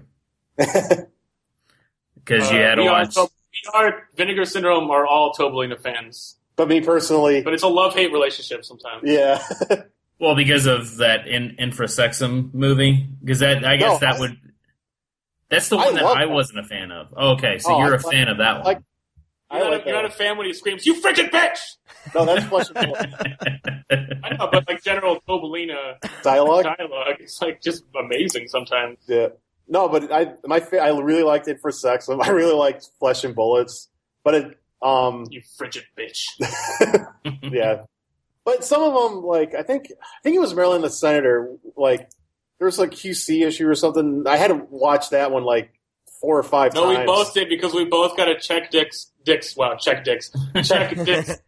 that had a problem like 3 minutes from the ending. Oh, that's right. Yeah, it's a 2-hour film. Yeah, it's his longest film. Yeah, it's so fucking long. I don't know. Queef is pretty cool though, man. Oh God, little Queep. Is his like Bill Margold's like assistant in it, and it's just I just can't watch it again. But to each their own. Hey, that's the film that I got drunk and reviewed. Oh yeah, that's right. Oh man, yeah. That was the only way possible through Maryland and the Senator because it was fucking 2 hours long. We need more of those, by the way, from you, Brad. Oh no, that was a bad night. I can't really remember. I remember like the twist because it's so bizarre because it becomes like super fucking serious and it's like, oh, this is some like fucking crime drama. That's the best one too. Well, I was going to say things about the film. One of the interesting things about that film Margold talks about is how the chick didn't know what she was doing with BDSM stuff. So when she's hitting him, like she's really hitting him. And he said it was scary because he didn't know what to do because he was like bleeding and it hurt a lot because she had no idea what she was doing, but he didn't want to mess the take up. And one cool thing, really cool thing about Tobolina is if he did get like the money and stuff, he would go and shoot at the locations. Like he did shoot in Washington D.C. for Marilyn the Senator. He shot at Watergate Hotel, and he shot at like a football game or baseball game or something for.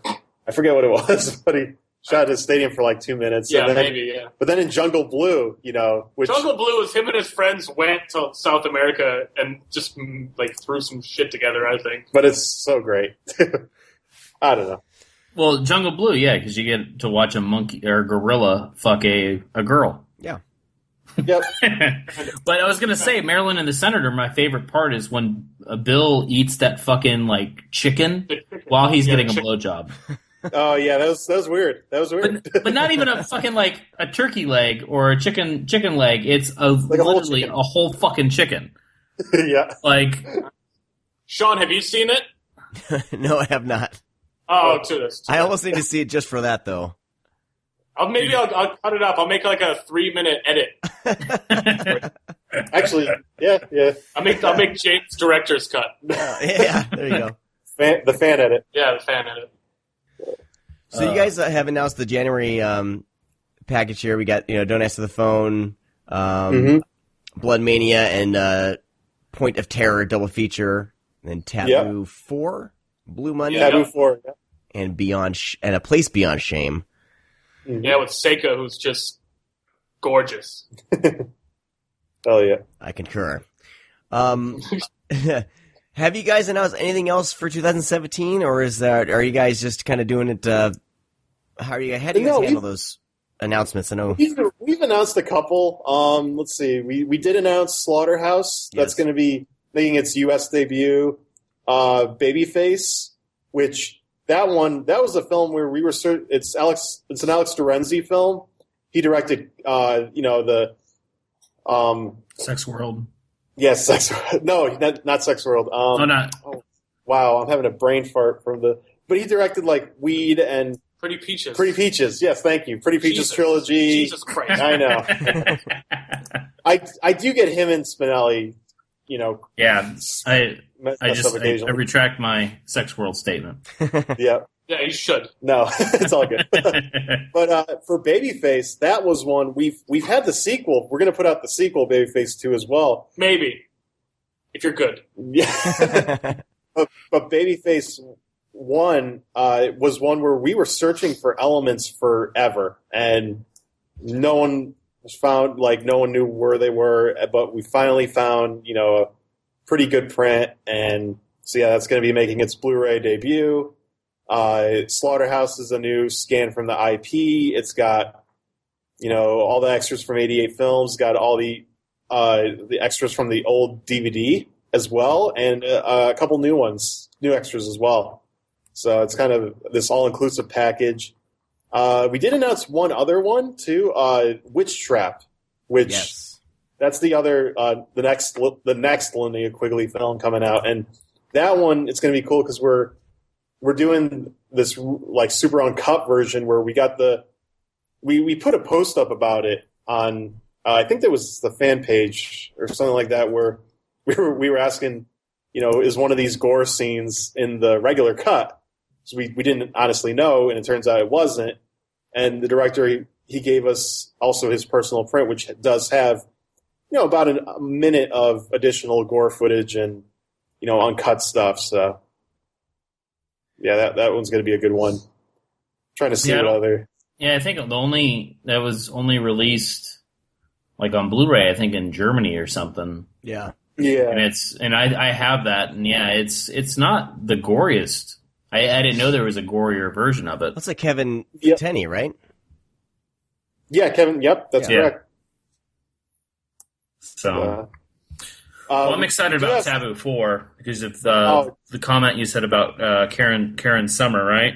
Or the special features. Yeah, we got new interviews with both Karen Summer and Ginger Lynn, and both of them are kind of up there with my favorite interviews we've ever done. Yeah, Ginger Lynn's awesome. Oh my god! But and Karen Summer's great too. Which she was, I guess she got her start. She was a double for on Dukes of Hazzard, the original TV show. For she was like the double. Like a stunt double? No, for like at a shoot like from the back or stuff. If like I guess if Daisy Duke wasn't there. So, nice. Yeah, stuff like that. She does have an amazing body. Yeah. So, but no, and it was great to hear Ginger Lynn. She reminisces about like working with Jamie and working with John Leslie and all these people in the cast, and just working back then, and the making of Taboo 4, and how weird it was to do a film with that subject matter. But no, it's a really good one. Now, are any of the how many times have you tried to reach out to some of the male talent in these? Because I mean, like John Leslie, he's still alive, obviously. He's actually he passed away. John Leslie passed away. Really? When? Yep, he passed away. It was last year before. A couple years ago. 2 years ago. Yeah, 2-3 years ago. Man, he was making porn up till the very, very end. Yeah. Yeah. Yep. We talk to everybody we can, but a lot of people. Some of them are still in the industry and they're still working. Like sometimes they want to help out, other times they're just kind of too busy. A good one who we have interviewed, but he's very camera shy, which is fine too. Hey, we'll do a couple big audio interviews with him or something. But one of my favorites, just because he's so like kind of different, was Joey Silvera from back then, and he was a good one to interview. But yeah, we're reaching out to do more interviews. We interviewed was it Blake Palmer on Blake Palmer on Taboo 2 and 3. So we're hoping to do a few more as well. Very nice. Anything else, Sean, you have? Any other questions about pornographic material? No, not about pornographic material, but now the Don't Answer the Phone release was when was that released on? Was it Scorpion or was it Code Red, Brad? Was it? No, it was Scorpion. Scorpion. Scorpion. Yeah, Scorpion. Was it 2 years ago? It was somewhere one of those around there. things, yeah, it was one of those things where it was included kind of as part of our Crown International deal. Uh-huh. And excuse me, we got the chance. Is this something you guys would want to do? And our co-owners of the company, they said yes. So it's one of those ones where we did. It said, okay, let's just go all out on it, and we did a new 4K on the negative. We found the director's commentary. We added that, which I don't think is on the previous one. We added an isolated score as well. So we want to make it where it's going to have a new booklet essay as well on the making of it, and just kind of a little bit all inclusive on it. And hey, if you want to buy the Scorpion one, that's fine too. We're having just, I guess, our option out there, I guess is the word. It was included as part of the deal. So we're like, okay, well, we'll just release it. Well, it happens now and then. I've seen it happen now and then with certain companies. And I would imagine that makes the most sense, Yeah. But I'm proud of me, Dad. That's that's on my list of shame. I haven't seen it yet, so I'm excited to finally check it out. It's a son of a bitch. It's a well, I mean, Nicholas Worth, I'm a huge fan of him. Yeah, he did everything. So I mean Hell Comes to Frogtown and Swamp Thing. Heck yeah. Yeah, he's great. I mean, he's one of those guys that would show up in everything. Mm-hmm. Yeah. So can you? I was just going to ask. I mean, obviously you can't say the titles, but did you do a huge package deal with Crown International? Because they have. I mean, of course they have a lot of shit. And we did a package deal with Crown. Yes, we did. We didn't do a small one. We didn't do the biggest one in the world, but we did a package deal with Crown. Yeah, cool. But that being said, we got a couple that I think have not been released on. They've only been released on DVD, if that, or on probably like really low grade DVDs, stuff like that. We do have some higher end stuff coming out later in the year as well. Let's see. I do have our schedule up here. Any exclusives that you can give us? Exclusives. Just something that is going to happen for sure. For sure? Yeah, no, just something that that hasn't been announced yet, but it's safe to say it where you guys won't get in trouble or anything like that. No, did James just say no? No, I'm Oh, you're trying to decide which one? Oh, yeah, this one was announced. This is going to be later in the year, but we're very excited. We're going to be doing Psychos in Love, which is coincidentally not a Crown. I already know that one. I know. Well, you're Brad. You do everything.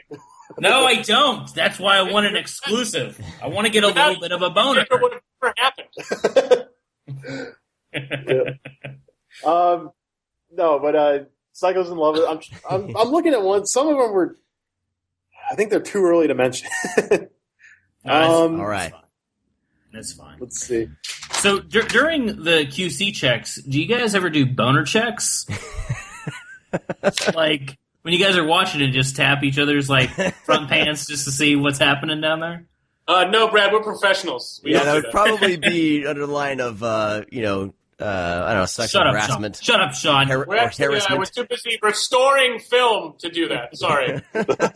Take it a little seriously, please. Has there ever been one that you almost had to take a quick little break? No, that's Brad. That is, I think, the third time you've made that joke. Or no, fourth time. So this could be the fourth time too many? Fifth time too many made that joke? Well, I'm making a note. Brad, never make the jerk break joke again. Brad and I like each other a lot. Brad and I were hanging out in Florida a little while ago. I probably made that joke while you were here. The Empire, he made that joke a couple of times. So, a funny story about the 4 times too many. Last time Vinegar Syndrome was on the show, I said later on, after the episode, that this is their third time on, and I said 3 times too many. Yeah, so to another person I've never met. So thanks, man. So after the episode airs, I just get a random message from James, not saying anything other than 3 times too many. And then I respond back like, ha ha ha. And then he just says it again. And each time I try to change the subject, Wow. he just says 3 times too many. Yeah, it was like a month I did that, right? James and I didn't talk for at least a month. Well, I tried talking.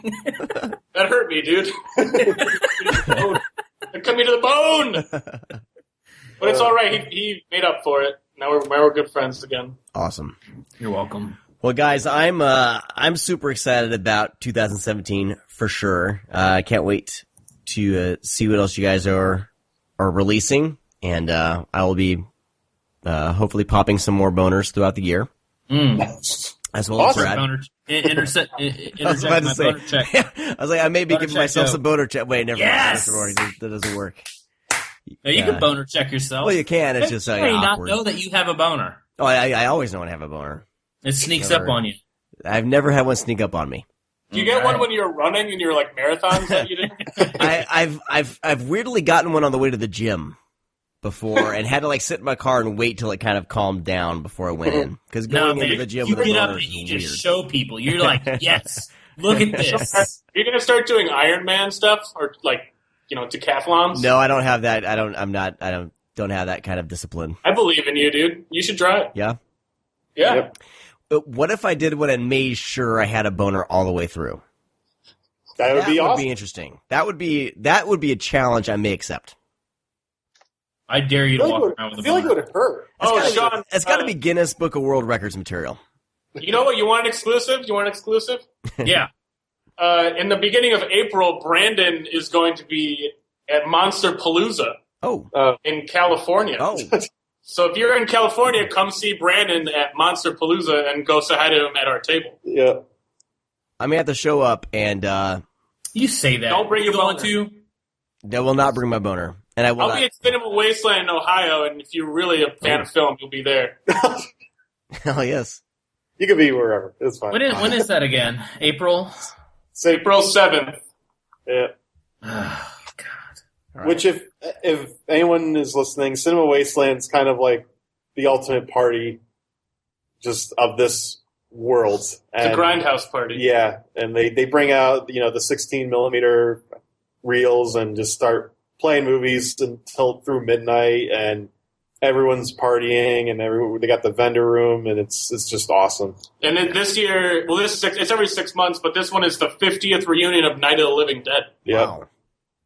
and it's just one of those awesome places to just enjoy yourself and enjoy the community you're with. But we've never been to Monster Palooza in California before, so go there and see Brandon. Yep.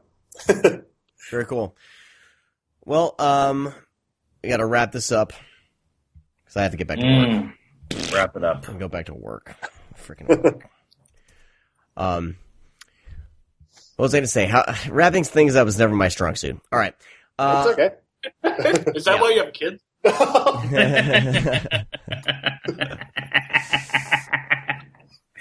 All right, guys.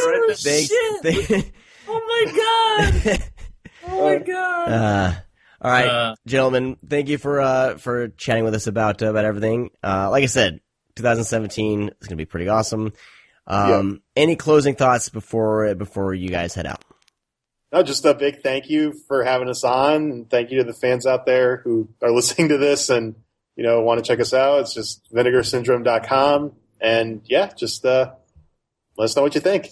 And thank you, Brad and Sean, and keep film alive by purchasing And boners. and preservation alive by helping films and helping companies like Severin and Synapse and Arrow and hopefully us too. And, film needs help. So go help film by getting into it and preserving film with us.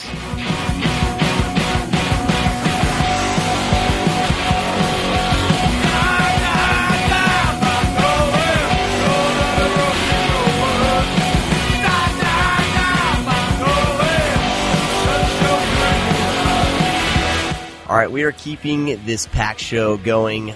Still talking about Vinegar Syndrome, and had a lot of fun talking to James and Brandon about everything that they've been doing, and the little bit of tidbits of information we can squeeze out of them. Man, they were they weren't going to give us any exclusives this time around.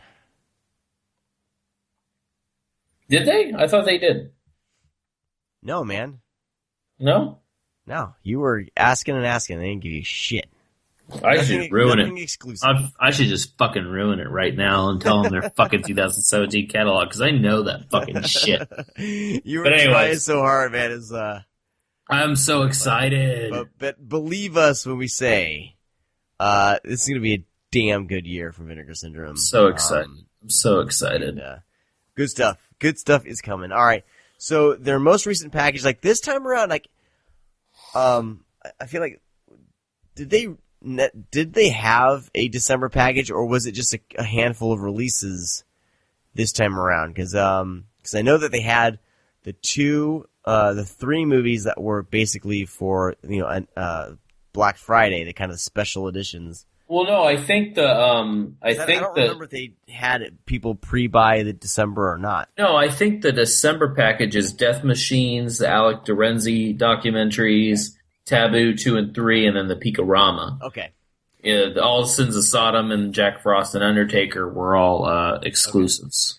Okay. Nice. So we're going to talk about all those. I mean, I love the idea of a special Black Friday thing to buy.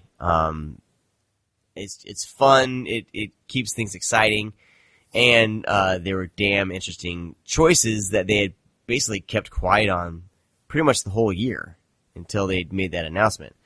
So let's talk about the three Black Friday things first. We've already kind of sort of mentioned them a little bit, but we've actually watched them and everything. And I wanted to start with The Undertaker, because this one was such an interesting choice for them, and of course their little coffin-shaped freaking slipcover is badass. But this was a Joe.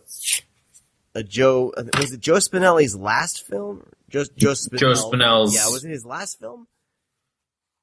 No, I don't think it was his last film. His last film was I think called Revenge. Okay. It was supposed to be like this kind of sequel to Maniac. I don't know. I'm not a huge, I don't know a lot about Joe Spinell. I just know, he's in fucking Maniac and, in, the Rocky movies and shit like that. But, such a greasy, I know it's towards the end of his career, but, I don't know. Yeah. Well, he's such an interesting actor because, in Maniac, you just, like I've said before, man, you just almost, you feel like that grime from that movie has somehow made its way from the TV onto you. Like Joe Spinell is he just seems like he comes across as so real in a sense. You know what I mean? Like this is some weird dude that you can possibly really know. In The Undertaker, he plays this, Undertaker that is obviously a little bit off his rocker, and he has a couple people kind of find out some of the weird things that he's been doing. Some murders have taken place in the town, and the local police are investigating what's going on with these, and everything else kind of goes from there. And this isn't what I like about The Undertaker is the fact that it's almost like a collection of scenes with this overall theme. It doesn't feel like there's a beginning, middle, and end per se. With a standard a standard horror film. There's so much going on, and so many characters kind of come and go through the film, and someone will come in, I'm like, oh, well, maybe this is going to be the main character through the rest of the movie. Nope, they're gone, and that happens over and over with some of these characters. I don't know anything about where this movie came from. Where's this film been? What's kind of the the history of it? Like, how did you get your name mentioned in the liner notes, man? Oh, I got it. It was in the special thanks section. Special thanks. Because basically, I made it happen. No big deal. So basically, the story of the Undertaker is that it was made, and then of course, it did a theater run, and then it never really made it to VHS. It got a shoddy cut up DVD release by Code Red. And then that's it. So basically the first release it had was the DVD, and the movie is like only like 50 minutes or some shit. The cut up version must have made no sense, man, because the scenes that were added was like the last, I mean, they had to splice in VHS, work and stuff, but like that's a big chunk of the end of the movie.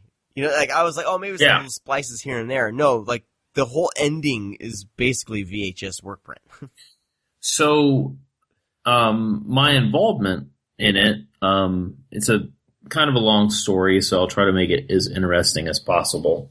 So, as you know, I'm fucking Vinegar Syndrome fanboy, and I was just helping out with like certain things behind the scenes. And since this was Brandon's baby, he was just speaking to me, and we were just talking in passing, and then he mentioned that they were looking for the editor of the film, Larry Marinelli. And I said, you know, for an interview or something? And he said, yeah. So I was like, okay. And he's like, we think he's dead. You know, we've searched for, you know, this period of time and came up short. So I was like, yeah, I'll give it a shot, you know? And he's like, okay, cool. So that night, I'm like, all right, I'm going to find this motherfucker. So, like, I do my little internet searching tricks and stuff like that, and you'd be surprised how many people are named Lorenzo Marinelli, or Larry Marinelli as well. A butt ton, actually. That's a very common name. So I got a long, like 10 pages of names and phone numbers, and I started cold calling every single one of these people. You're one of those bastards. It was fucking tough. I've done cold calling. Because number one, I mean, people aren't answering, people are answering, and then like, oh, just hanging up, and it's like, man, what if that was that person? So like, I'm like 2 days giving phone calls, and then just one day, like I'm actually coming home from work, and I had some numbers saved in my phone. So I'm like driving, and I'm like calling, and I get this one lady. I'm like, hey, it's like, you know, my name's Brad Henderson. I'm working with this company, you know, Vinegar Syndrome. You know, we're trying to track down the old editor in Hollywood, Larry Marinelli. She's like, ha! You know, it's like, would your husband happen to be an editor? She's like, oh, yeah, he's done some stuff.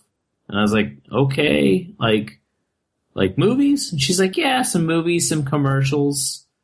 And I was like horror movies? And she's like, yeah, I guess you could say that. And I was like, do you know who Tom Savini is? And she's like, oh yeah, Tom's like an old good friend. And I'm like, you got to be fucking kidding me. And this is the fucking family. Like, this is his wife I'm talking to. And I was like, is Larry still alive? She's like, yeah, he's at the store right now. I'll have him give you a call back. And so, like, I'm waiting, like, by my phone. I get this fucking phone call. This dude's got to be, like, fucking 70 years old. Like, I'm screaming into the phone for him to hear me and, like, tell him, like, what Blu-ray is and, like, you know, Vinegar Syndrome's, like, a legit company. And basically what is wrong is that we have the negative, but it's missing footage. And he's like, oh, that sucks. And it's like, hey man, like since you're the editor, do you happen to have the 1-inch tape? And so where all this stems from is that since the negative was destroyed, and that's it, the only thing that was available was that the master copy of the tape. So if they could get the master copy, which would be the best quality, that's what they wanted to do. So Larry has to search through these boxes and through his son's stuff, searching through all his old equipment, searching through all these old master tapes he has. Takes like dude, we're like talking about 2-3 weeks. Like I'm calling him like every other day, just chatting on the phone, basically become best friends with Larry Marinelli and like, you know, just chatting about like movies and shit like that. And like, he's trying to find this tape and then he just can't find it. So we're like, fuck. So I call Brandon. I'm like, dude, he doesn't have it, man. He's like, fuck. He's like, the only thing that we know that there is that the master tape, someone made copies. Or someone made a copy from that master tape. And that's where the bootleg stem from for the release of the film. Because like I said, the film's never really been released on VHS other than bootlegs.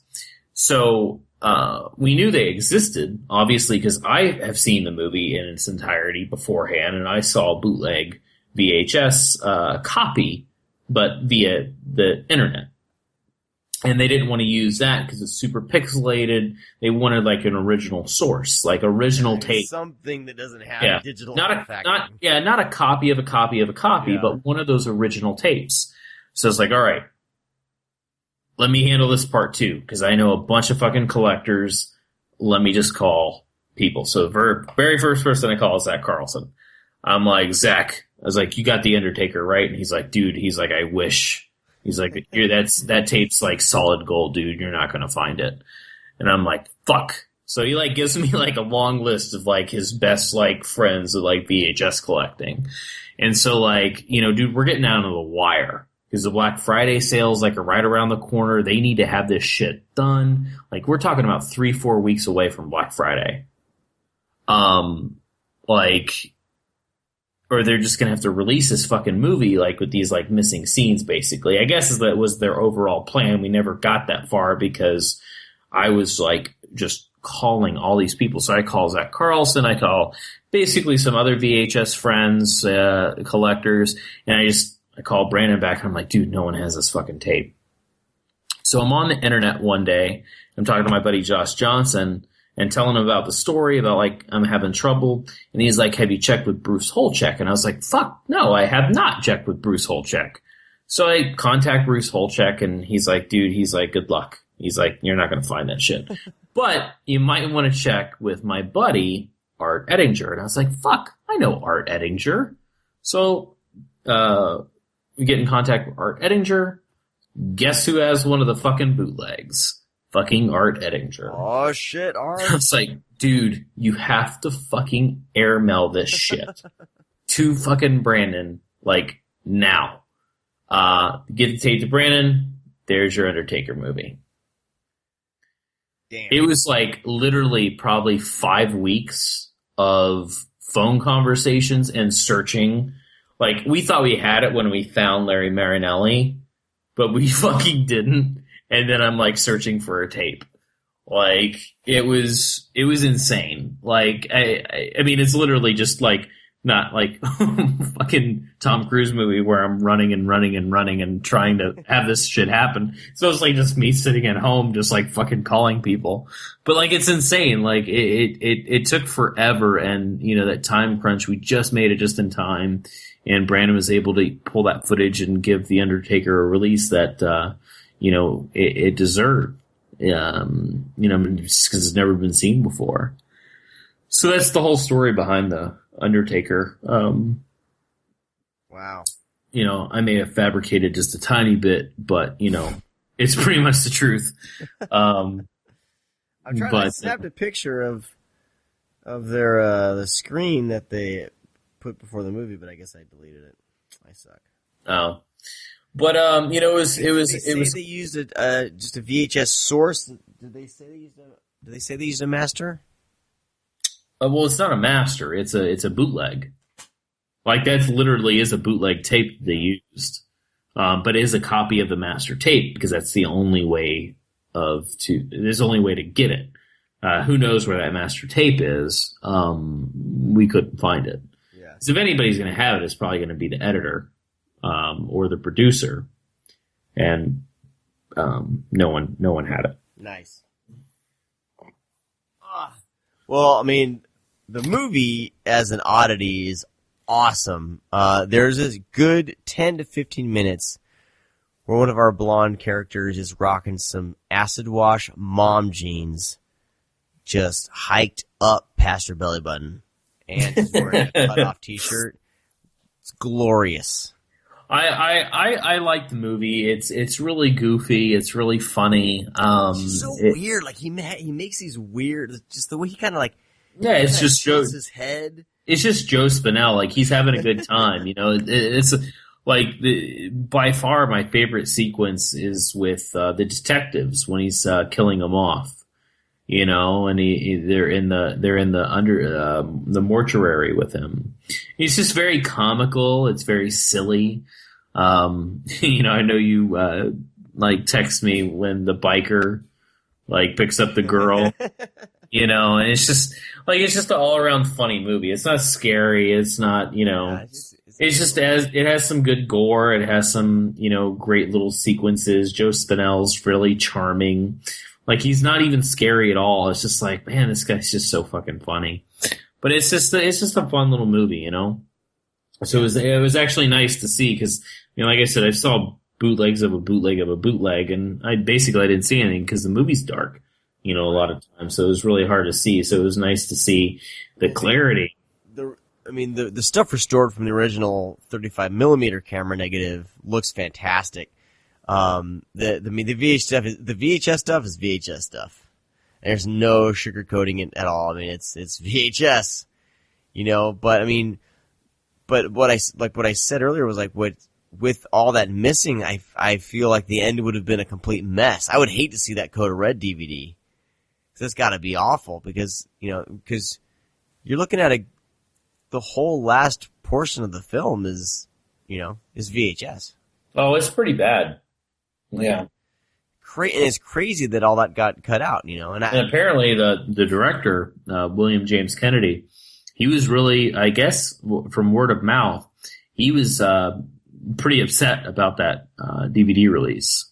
Oh yeah, if it's missing that much, but who knows? Like it's just. But he didn't. But he also didn't know, though. From what I've heard, is that he didn't know that footage was missing. Right.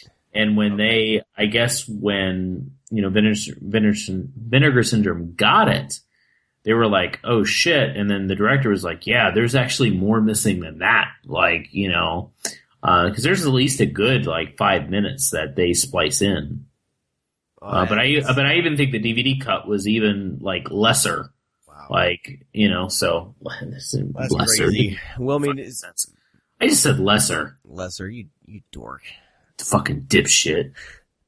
But no, this is good, man. You can tell that William Kennedy is just ecstatic that this is out, that it's got this quality of release. Like he does a little intro to it, and it's a very short intro, but you can tell that he's just super pumped. Well, it's the same. Like he has there's a interview with him in that same setting, and he just tells a story about everything, and he's just a really fun guy. You know, he really loved what he did, and he adores that this got the treatment that it did. Yeah. And when I told Larry Marinelli what we were doing, I say we, like, I'm fucking Vinegar Syndrome or some shit. But what they were doing is restoring this film and putting it out. Like, he was like really thrilled. He's like, that's really great. But it was like at the same time, he didn't understand the concept, which was, I guess this is the part, like, this is the B-roll of the conversation. I don't even think I told Vinegar Syndrome this. It was really funny because he's like, can you just buy like a DVD of it and just give that to people? And it's like, wait, no, you don't understand. Like, there is no DVD. Oh, there's got to be a DVD. I was like, there is, but it's like it's not even a legit release. Like, the footage is missing. He's like, well, why would they do that? And it's like, well, because it's just what happened. He's like, well, look on the internet, buy one off Amazon on VHS. And it's like, nope, that doesn't exist either. What do you mean it doesn't exist? I've seen the movie. And I was like, oh my God. Like, dude, do you have the fucking 1-inch master tape or not? Just let me know. Awesome. But no, he was a great guy, though. He was a lot of fun. We need to move along to the other releases here, but this one they still have it in stock over at vinegarsyndrome.com, and it comes recommended from me. If you like this odd film, And I've made it a goal this year to keep collecting like oddities like this, and kind of let the mainstream stuff kind of go by the wayside, because that stuff's not going anywhere. But if you like these odd, crazy films, like this is definitely worth checking out. And there's enough on here that I think warrants a purchase. So check that out. This still is available. Plus my name's in it, so that's a plus. Brett Henderson's name is in it. Plus, really quickly, we'll just go through, we'll talk Jack Frost. I've already mentioned that I'm ecstatic that this thing's out on Blu-ray. I got the lenticular cover, so I was super pumped about that. Because I didn't know if I'd be getting that or, that cover or not. It makes it fun. This should not be on Blu-ray. There's no reason why Jack Frost, should be on Blu-ray. Never get it confused, of course, with the Michael Keaton movie from the year, after. This actually it was the year after, yeah. But Killer somehow gets mixed in with some sort of liquid and dies and turns into snow. Wow. Super Spoiler. fun. Great shower scene with Shannon Elizabeth. You do realize it's a rape scene, right? It is. Goddamn, you're right. You're right. A lot of people don't realize that, I guess. But you always see the pictures, and then I'm thinking back, going, he totally rapes her. Yeah, it's really it's just a God. That's bizarre. It's a weird scene. It really is. So you're right, dude. So wow. Sean just kind of is butchering Jack Frost here. So I mean, what's there to say? What's there to say about Jack Frost? I mean, the thing to say about on Blu-ray is that we have this actor, Scott McDonald, who plays basically, a serial killer, and he, crashes into this fucking, hazard bullshit, these fucking liquid chemicals and everything. So he gets basically fried. He starts to melt, and he melts into the snow, and then the snow turns into, he can turn into a snowman, but it's like some chemical, weird formulation or something like that. So the best part about Scott McDonald is that he's channeling Jack Nicholson through the whole fucking movie. And that's what I love. He even speaks like Jack Nicholson. In the movie, when he's doing his lines and his one-liners, he's just when he's actually Jack Frost, not the killer snowman, but when he's just Jack Frost, he's channeling it. And then his one-liners he does as, the snowman is just hilarious. And there's a great interview with him on the disc about the making of it and how much freedom he had. And kind of the hiccups that happen on the film. This was supposed to be a huge budget, some big Hollywood budget for it. And then all of a sudden, I guess all the financiers pulled out at the last minute. So they had filmed this movie for $20. And it's just it just shows that they didn't give up. They made this little campy horror film. I mean, I enjoy Jack Frost for sure. It brings me back to my childhood days, and I remember, even working at Blockbuster. This is 7 years after the film came out. This shit was still renting, we're renting. And this is one of the biggest rentals at that time. I don't know what it was about a fucking killer snowman that people such a funny idea. And the cover was always pretty great. I mean, and you had that Michael Keaton movie that I guarantee you helped kind of people see this and go, holy shit, there's a... Because I guarantee the whole Michael Keaton one was a lot more popular the next year. And then, that had to have helped spur people, at least maybe accidentally seeing it or kind of seeing them both either on the shelf. They wouldn't be next to each other, I don't think. But I think that helped for sure. I've always, just because of the idea, I've always loved it. And then I watched it and I loved the goofiness of it anyway. But, seeing on the video shelf, I was always like, fuck yeah, Jack Frost. I'm going to watch that. I was looking at the back and I thought it was kind of funny that it says co-starring the beautiful Shannon Elizabeth in one of her most infamous and revealing roles. And really? I'm pretty sure, like, getting butt-ass naked in fucking American Pie is their most... Like, I don't even think you get any boobies in this movie. You barely... But yeah, barely. She's a cute girl. She's a cute girl. But, it's just a really batshit nutty movie, and, you can tell everybody's having fun. It's, so, like I said, it's super silly. It's fucking Michael Cooney. Like, Michael Cooney is, if you're not familiar with the name, you're probably familiar with the movie Identity, which he wrote and stars John Hawkes and all those other motherfuckers at the hotel. Which is funny, because that movie, that was a weird theater experience, because I saw that in theaters. I saw it like late at night, and there's a sequence in the film where John Cusack, that's the other, I couldn't think, John Cusack, Amanda Peet, they're all standing around telling each other where they're from. Well, hint, hint. Not really a hint. Fun little fact, though. All the places that they mention are the places that I live near. Oh, man. And then when John Hawkes goes up, they're like, where are you from? He goes, Polk County. Motherfuckers, I live in Polk County. So John Hawkes and I are fucking neighbors.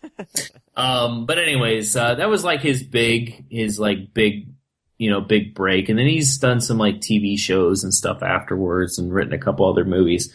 But he's just like, I like Michael Cooney's style because he's just really off the wall. And he's really off the wall with Jack Frost. Yeah, and even the sequel, even the sequel to Jack Frost, like it's still batshit insane, So. Very nice. Well, that's out. I need to check and see if they have any in stock still. It's probably not going to come with a lenticular cover. Maybe not. Lenticular. It says in stock with a limited edition lenticular cover. They printed 3,000. They'll be around for a while. So, okay, yeah. So if you're a fan of Jack Frost, grab the sucker up. It's a ton of fun.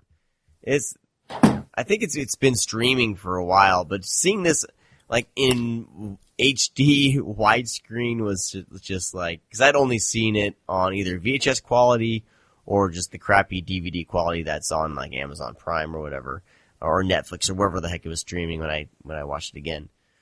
But yeah, seeing it in HD was a treat, as they say.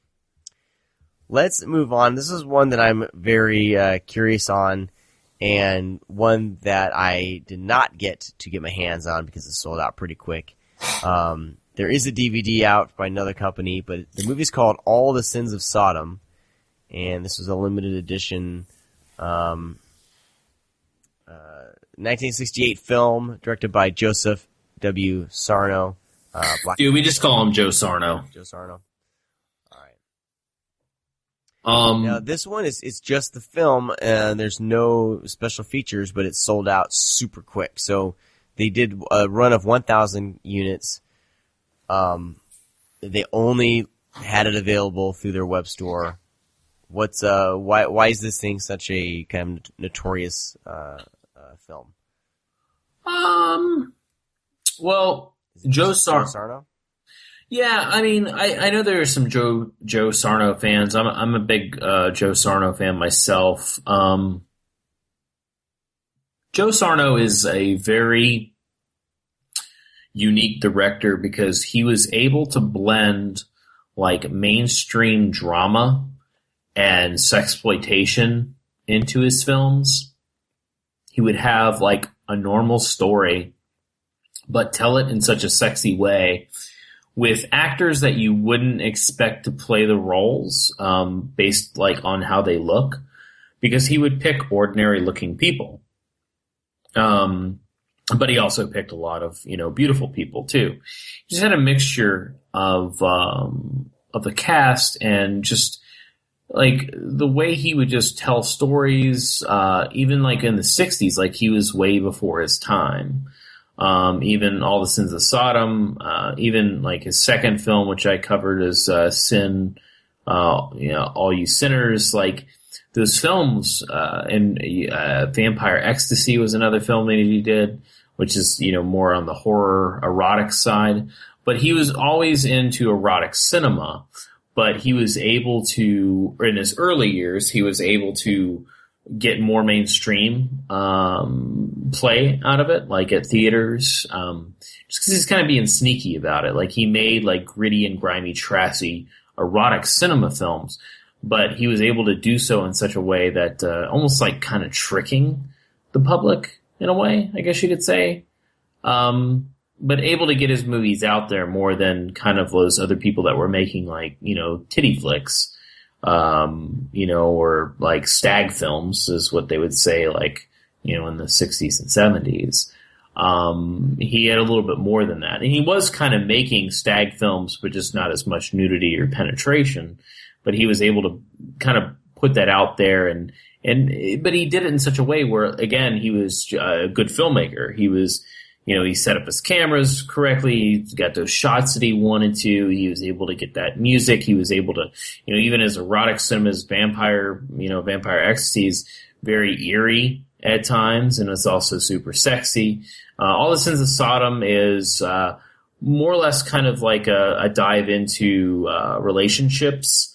It's about a photographer that gets involved with another one of his models, and the model kind of puts a, kind of this weird vice, like, between and on people, and just kind of, like, spirals out of control, but it's told in this very erotic, fashion. So he's a unique director. He's a lot of fun because there's no one really like him. I think the next wave of directors that we got that was trying to make, they just made sleazy cinema. And really trashy stuff. They kind of, the erotic stuff went to pornography, and then the sleazy sides just stayed with the sleazy side. He was able to kind of blend both, but not really have kind of the hardcore aspect to it. Which I think he did make a couple hardcore movies later on in life, because then he became like, he didn't, like in the 60s and early 70s, he was making films like, that didn't have penetration or anything like that. Or not, I shouldn't say penetration, but just kind of like held back, like on the nudity, and just made his movies really like skeezy. So, he's a very interesting director. You go through his catalog and you'll see a lot of great flicks. And if you're into that type of thing, which I am, like, I like that trashy side of cinema. Well, very cool. Yeah, this thing went pretty damn quick. So nice. I'm sure maybe people keep demand it. Do you think they would do a reprint of this? I mean, they redid Sex World, but then that's because it was a soundtrack. I don't know if they're going to do this. No, because I'm hoping to see this. Do you think did they put this on Exploitation TV? I don't know. I haven't checked. That's something I at least I'll have to check and see if it's on there. But yeah, I'm interested in seeing it. I mean, there's always the DVD that's still printed, but it'd be nice. Yeah, the thing is with the DVD is, like, I've owned a lot of Joe Sarno films on DVD through my years. I'm sure it doesn't look that great. Dude, they're fucking torn up. Like, Sin All You Sinners was fucking terrible. And even though, like, they were actually able to get a print of the only known print of the film movement got, and they ran it through and made a decent copy of it. The film's still torn to shit, but at least it's HD and looks clear now, rather than, because a lot of his films, because they were cheaper, so they have like this cloudy look to them. So it's nice when they're revamped and put out by Vinegar Syndrome and other companies that there's a sense of clarity to it and looks a lot better. Awesome. Well, those are the 3 limited edition ones that came out over Black Friday.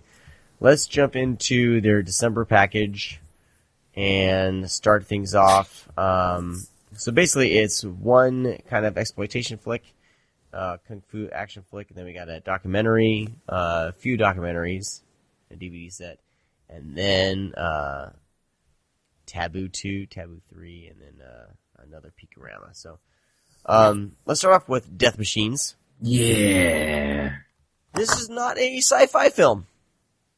Why would you say it was a sci-fi film? Well, looking at the cover and the poster. Oh, you've never seen it. Okay. I've never seen it. So I was expecting like maybe this is a post-apocalyptic, crazy post-apocalyptic type flick. I mean, I didn't even read the synopsis. Like I saw the cover and I was like, I'm in. I'm not going to read anything about it. I'm going to go in 100% fresh. And basically it's a bunch of scenes strung together with these 3 killer assassins that are hinted at maybe special at the beginning. And, something's going on and why they're so good, possibly. But it's like, there's no real plot. It's just these guys go in, this Asian woman with gigantic beehive type hair, and kind of has like a face like she's kind of holding in a fart the whole time. She's always drinking wine all the time, and she'll tell them who to hit. Like, I guess they're trying to get everyone that's under this one guy, right? So you basically see these guys go out and kill everyone, and there's some investigation stuff that goes through, and it's pretty damn awesome. There's a scene. My favorite scene in the whole flick is in the police station. When they think they have a guy, they have him for interrogation, and he escapes, and then it's just utter mayhem for a good 5 minutes in the police station, and these are like the worst police known to man.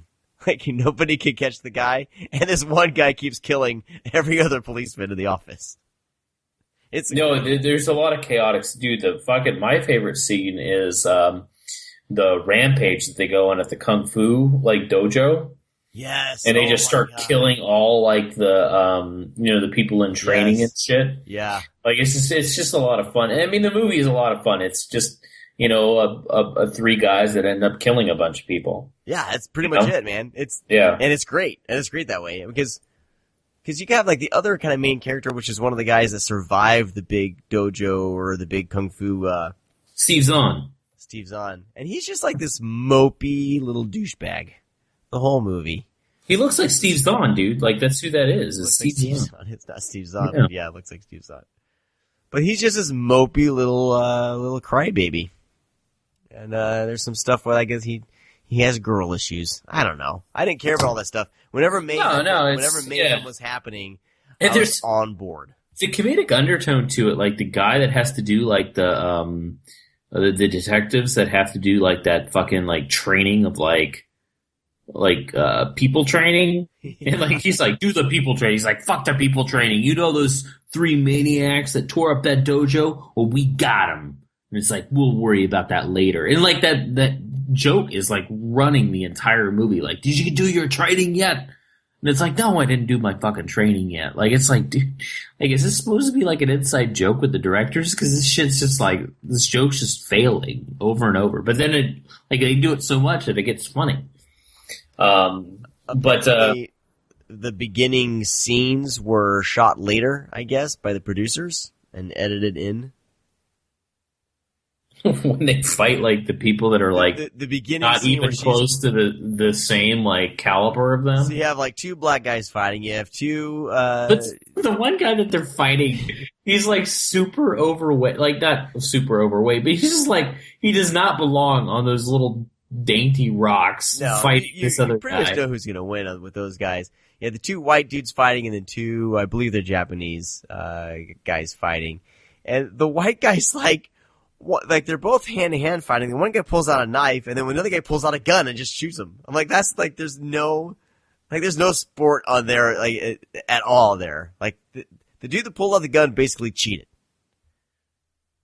But yeah, that or in scene, and then they have the shadowy guy explaining like, what they did and why these are the best of the best. And that was all added in to kind of, I guess, give it a somewhat of a sci-fi feel, so they can at least market it that way, I guess. Yeah. So it's Crown International Pictures, and like what James and Brandon mentioned, another Code Red title. Yeah, they signed a package deal with Crown International. So now it's like, let the speculation begin. Basically, let's look at anything Code Red's released by Crown, right? and then kind of go from there. But they have a pretty fun lineup. I mean, they're like the tier below canon films. And what I read was like most of the Crown films, they feel stretched out because there's a lot of padding. And that's kind of how I felt with this. Like there was definitely some padding in it, but it's all like entertaining padding. And like, there's like the one white guy assassin sitting eating a sandwich, you know, in the bar, right? Like that scene goes on forever, but it's so entertaining, and it if you just give it a chance, you know, everything kind of comes together with a super entertaining scene.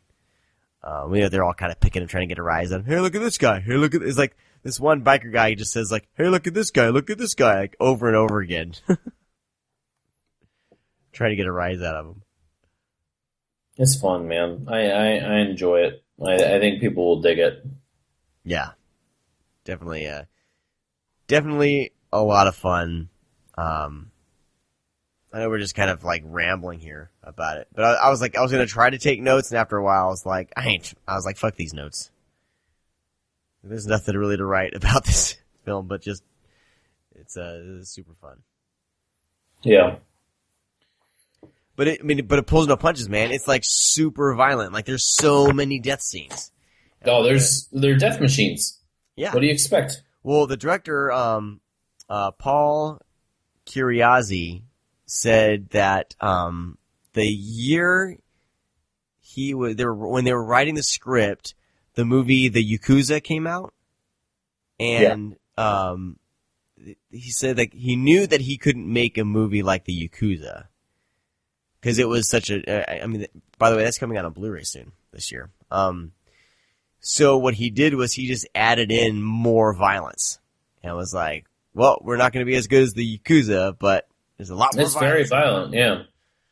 So him and Joe Walders and someone else wrote the script, but pretty fun stuff. Like, it's a good little interview with him on the disc, and you know, you can tell this was just a movie that they had a lot of fun making it. Like, I feel like movies, like nowadays, you know, low budget movies, you know, a lot of them, they're just kind of, you know, script factories. They're kind of these little B movie factories, like Lionsgate is pumping out just generic action flicks left and right. But I feel like back then, like back here, like what was this, early 80s? Like they at least like knew they were lower budget, but they just kind of like threw everything they could, you know, to make it entertaining. I don't feel like movies really do that anymore. I could be wrong, but the sense I get from this was like they knew the hand they were dealt with this movie, and they were just like, let's just make this as fun and bizarre as possible. Yeah, and they do. Dig it. So, what's next? All right.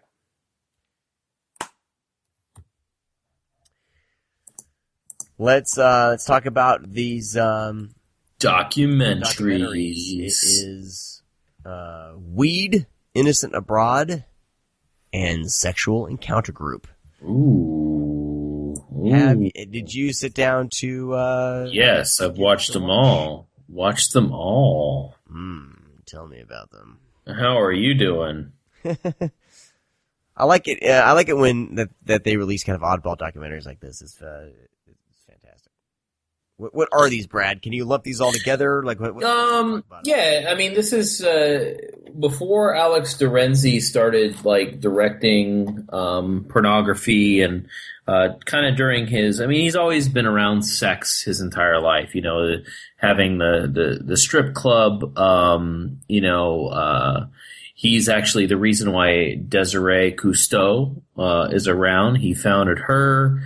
You know, he worked with Annette Haven, who, you know, is one of the, you know, biggest porn stars out there at the time. You know, he wrote, actually, I think he directed Pretty Peaches. You know, he's just really big in an adult industry. And before he, did all that, he started I think he was in the Navy or something, and then he got out and he started making, that's kind of when he saw some of these things happening.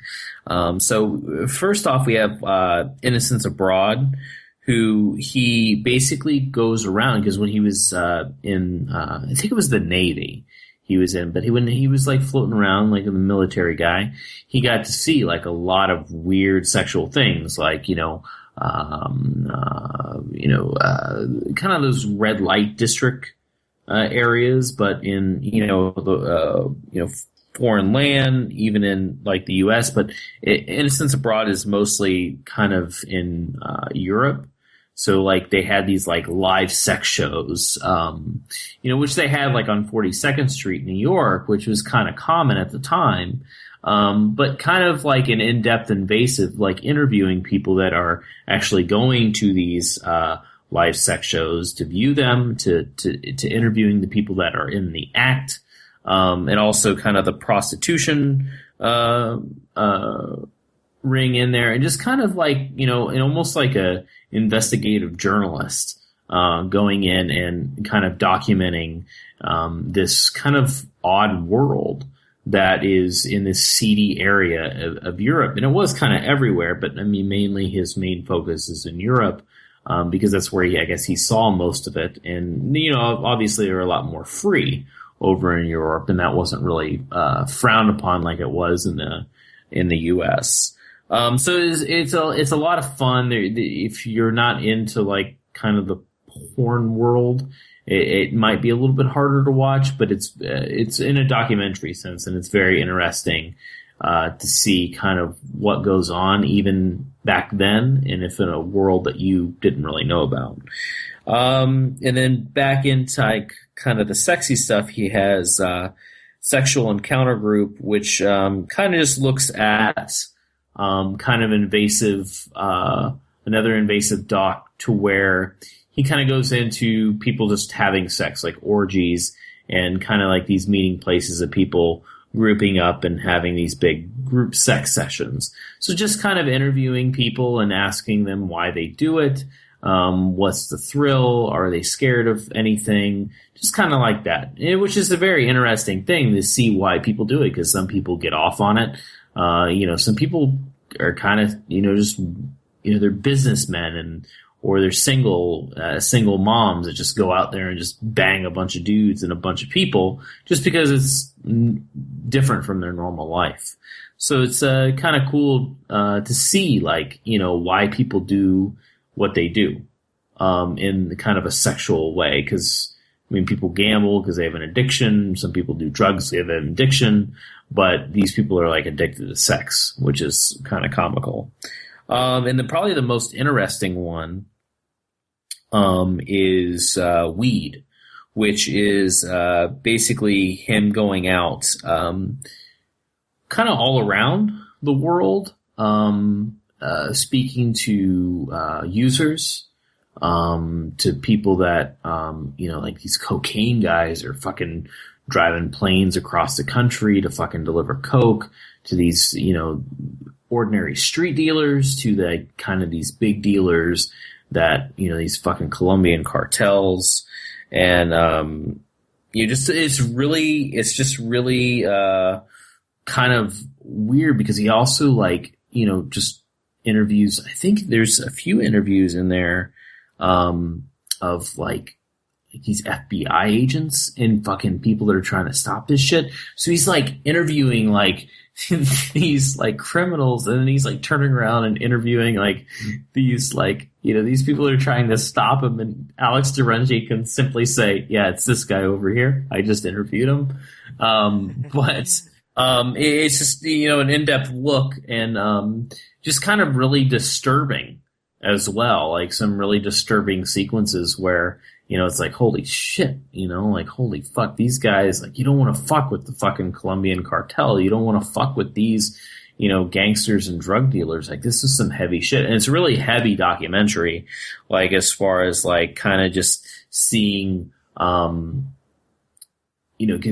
at that time, when this was made, I mean, there was this big, like war on drugs, I guess you could say, movement. So there's like a lot of things. And just Alex Durenzi's like in the middle of it, like kind of unbiased, like, all right, here's a bunch of people that do coke. Why do you guys do coke? like that type of thing. So a lot of like it's just really bizarre, but it is a very, very well done documentary and just fucking ballsy, man. Like, it took some balls to make a documentary like that and, you know, kind of just show the really seedy side and the people that are trying to stop it. So, very interesting documentaries. And like I said, Alex Terenzi is, you know, kind of the pioneer of like pornography. And, you know, you get to see like he wasn't just all about, because a lot of these directors, you know, they get into, you know, porn because he's like, yeah, I'll direct the porno. No big deal. But Alex Terenzi was like wanting to be like a, you know, a really good filmmaker. And he made some great, you know, even pornographic films, like cinematography wise. He's just a decent filmmaker and get to see kind of this thing before he dove into like, you know, opening up a strip club and all that kind of stuff before he dove into all that. So I suggest pick it up, especially if you like bizarre documentaries. Very cool. All right, we are going to jump into the back room. Here's a little bit to discuss a couple of the Sexy Time releases.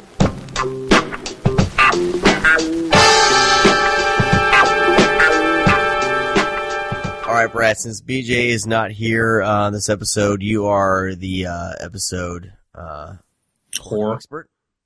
Mm-hmm. So, first off, we had the Blu-ray of Taboo 2 and Taboo 3. So, I guess continuing on the storyline from the original Taboo, right? Actually, yeah, it's a direct continuation, to be honest with you. It's you don't really see it too much in pornography, but yeah, Taboo is one of the most you know like popular pornos of all time. I mean, we have stuff like, you know, Pretty Peaches that's pretty, you know, well known, and then we have films like Deep Throat that's like iconic. Taboo was one of those movies that was iconic. Like, even when you were like, it was almost one of those things that was like sold everywhere. Like everybody knew about Taboo because it was so different. Because I mean, we have, you know, what's her name? Kay Parker, who plays this character. I'm like drawing a blank on everything. She plays the character. Fucking, it starts with a B. I can't even think of it. Are we talking about Taboo or Taboo? Barbara. But no, it's all a continuation. Kay Parker's in it. Okay. So yeah, she's in 1, 2, and 3. So like, yeah, she plays this character Barbara. So in Taboo 2, it's basically she hooks up, like basically in Taboo she's fucking her son. I know, right? So in Taboo 2, holy shit, Kevin James is in this. What? There's an actor by the name of Kevin James, but it's not Kevin James. Ron Jeremy's in it. Junior McBride played by Kevin James. Wow. But not the comedy star. Good. That's because he's probably a kid. So anyways, it's a continuation of Kay Parker's character, who is basically banging this dude, and you know, she starts to think back about how her son was in the sack. So this guy, yeah, dude, these movies are like really bizarre. Like, talk about fucking taboo. So like then he's like, oh man, this incest sounds fucking great. Like, I have a sister. I'm gonna bang her. Like, I want to fuck my sister, and then he ends up fucking his sister, and ends up fucking his mother. And then the sister's like, yeah, this is great. Hey, Dad, let me suck your dick. And then it just turns out to be this huge, like, incestual, weird thing that Kay Parker, or Barbara Scott, played by the, you know, legendary Kay Parker, tells. So it's really weird. Like, you know, like, I think... understatement. Like we actually had this conversation with BJ not too long ago on the show about kind of how, you know, but like now we have the stepmom, stepdad thing, but back then they were allowed to say daddy and mom, like you were allowed to have that incest.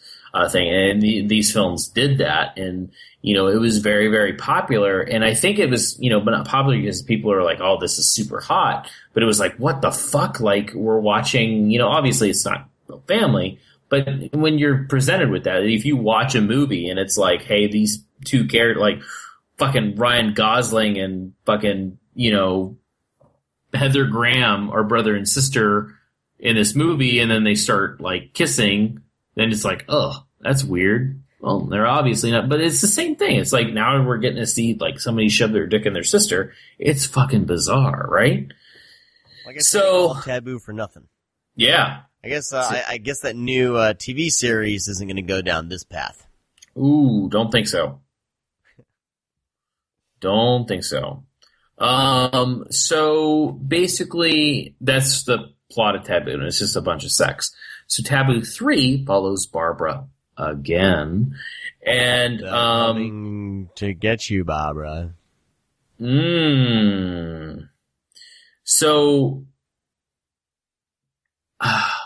this plot was a little confusing because it was one of those things where I was watching it. Even you say that there's like a plot. Yeah. Well, it was like funny because I was like watching it. I wasn't because I was into Taboo, and Taboo 2 I was like, oh, this is super weird. This is kind of funny. And then Taboo 3 started. So I'm trying to recall the plot. So basically, what happens is it follows Kay Parker again as Barbara. And then Barbara's like having like this depression and is really sad, basically, that she fucked her kid.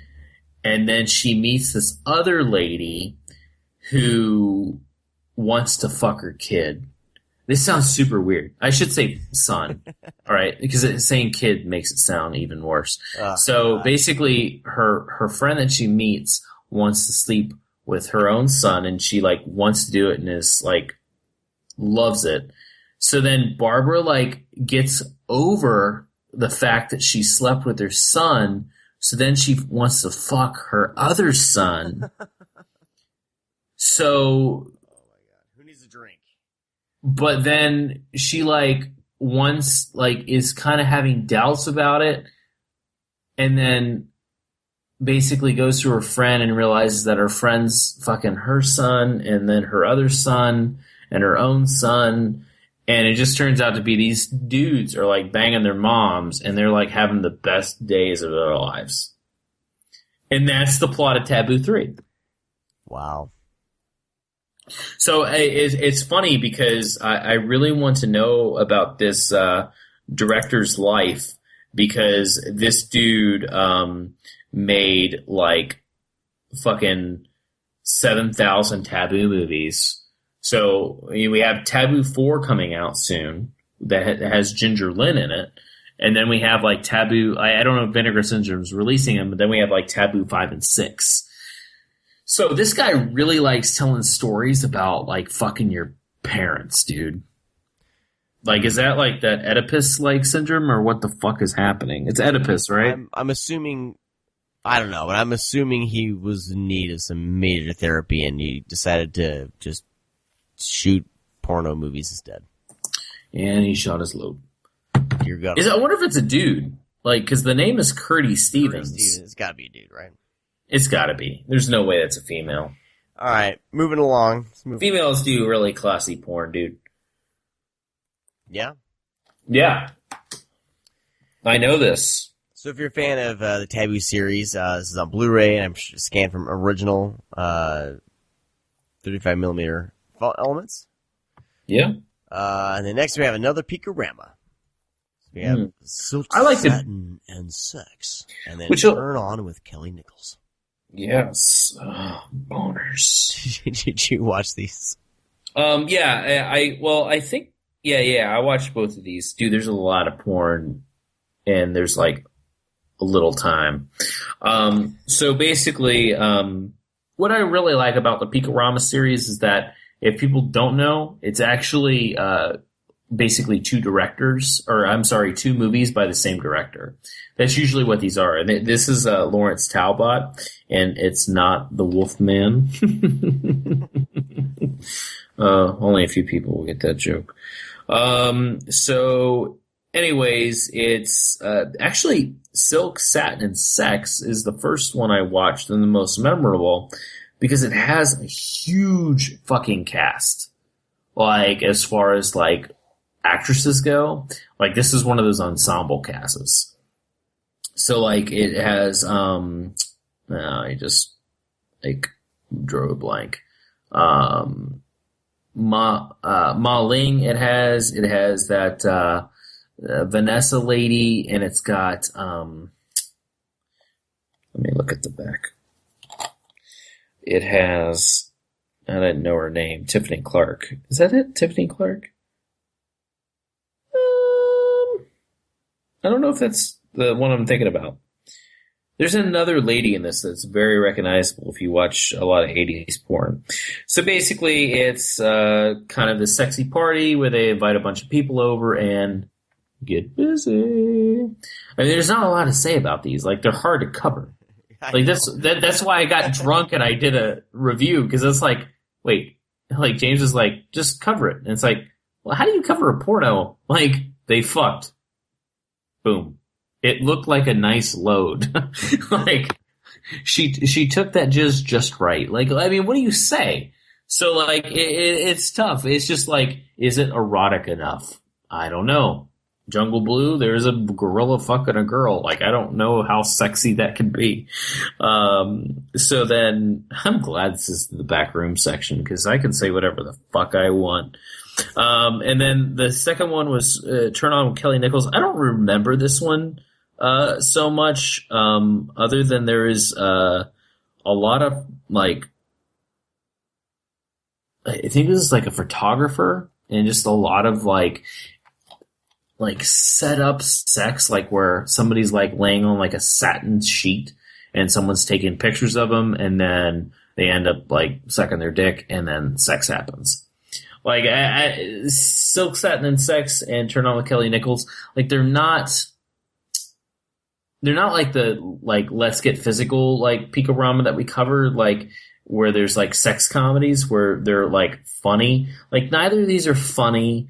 They just have some really, beautiful people in it that are just fucking.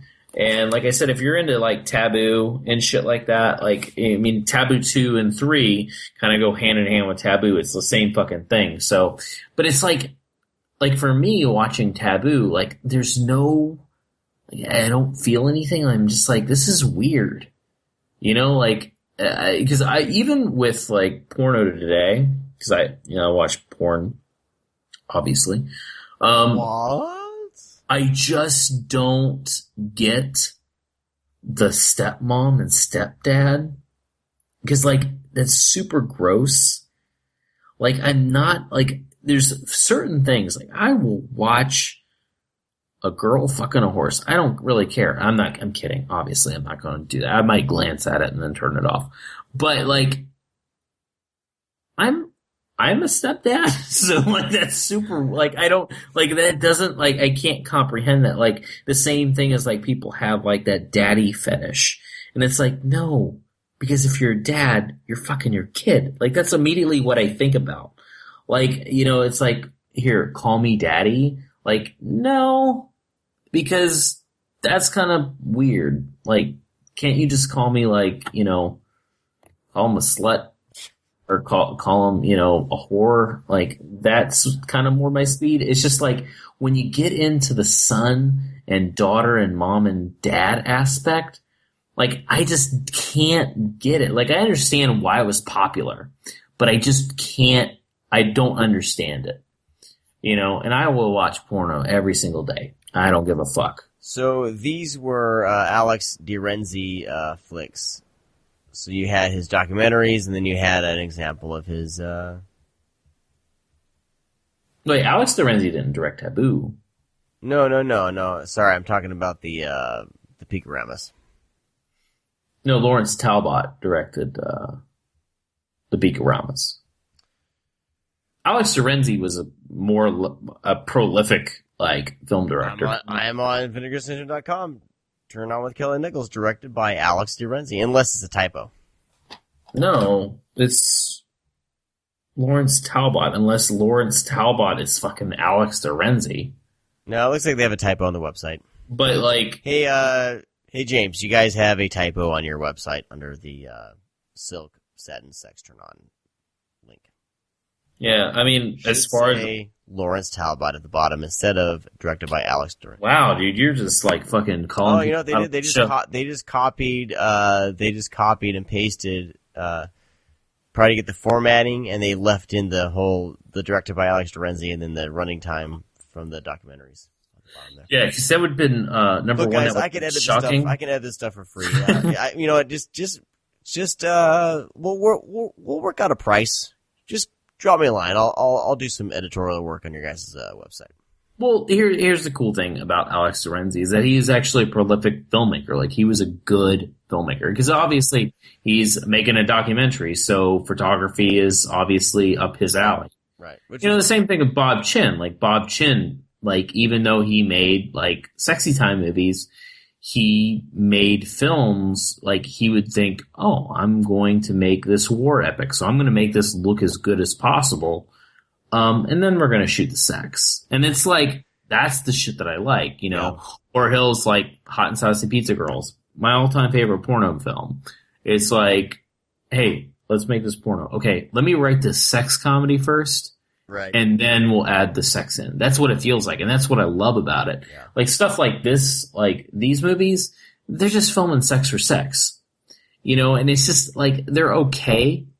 But there's something about kind of the different approach, I guess, of like wanting to actually make a film and then putting sex in it rather than making a sex movie. Right. And then just adding small little plot points in order to make it seem like it's a film. Yeah.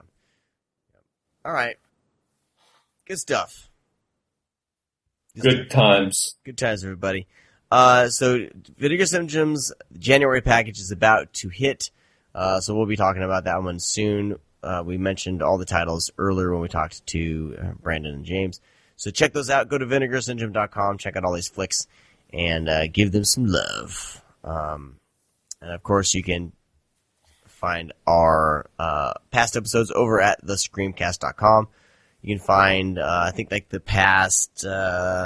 You can find a bunch of ours on iTunes and any your podcast catcher of choice, but I'm not sure if you'll find all the back episodes on those. You can find them for sure over at thescreamcast.com, as well as our sponsors. Check them out on the sponsors page.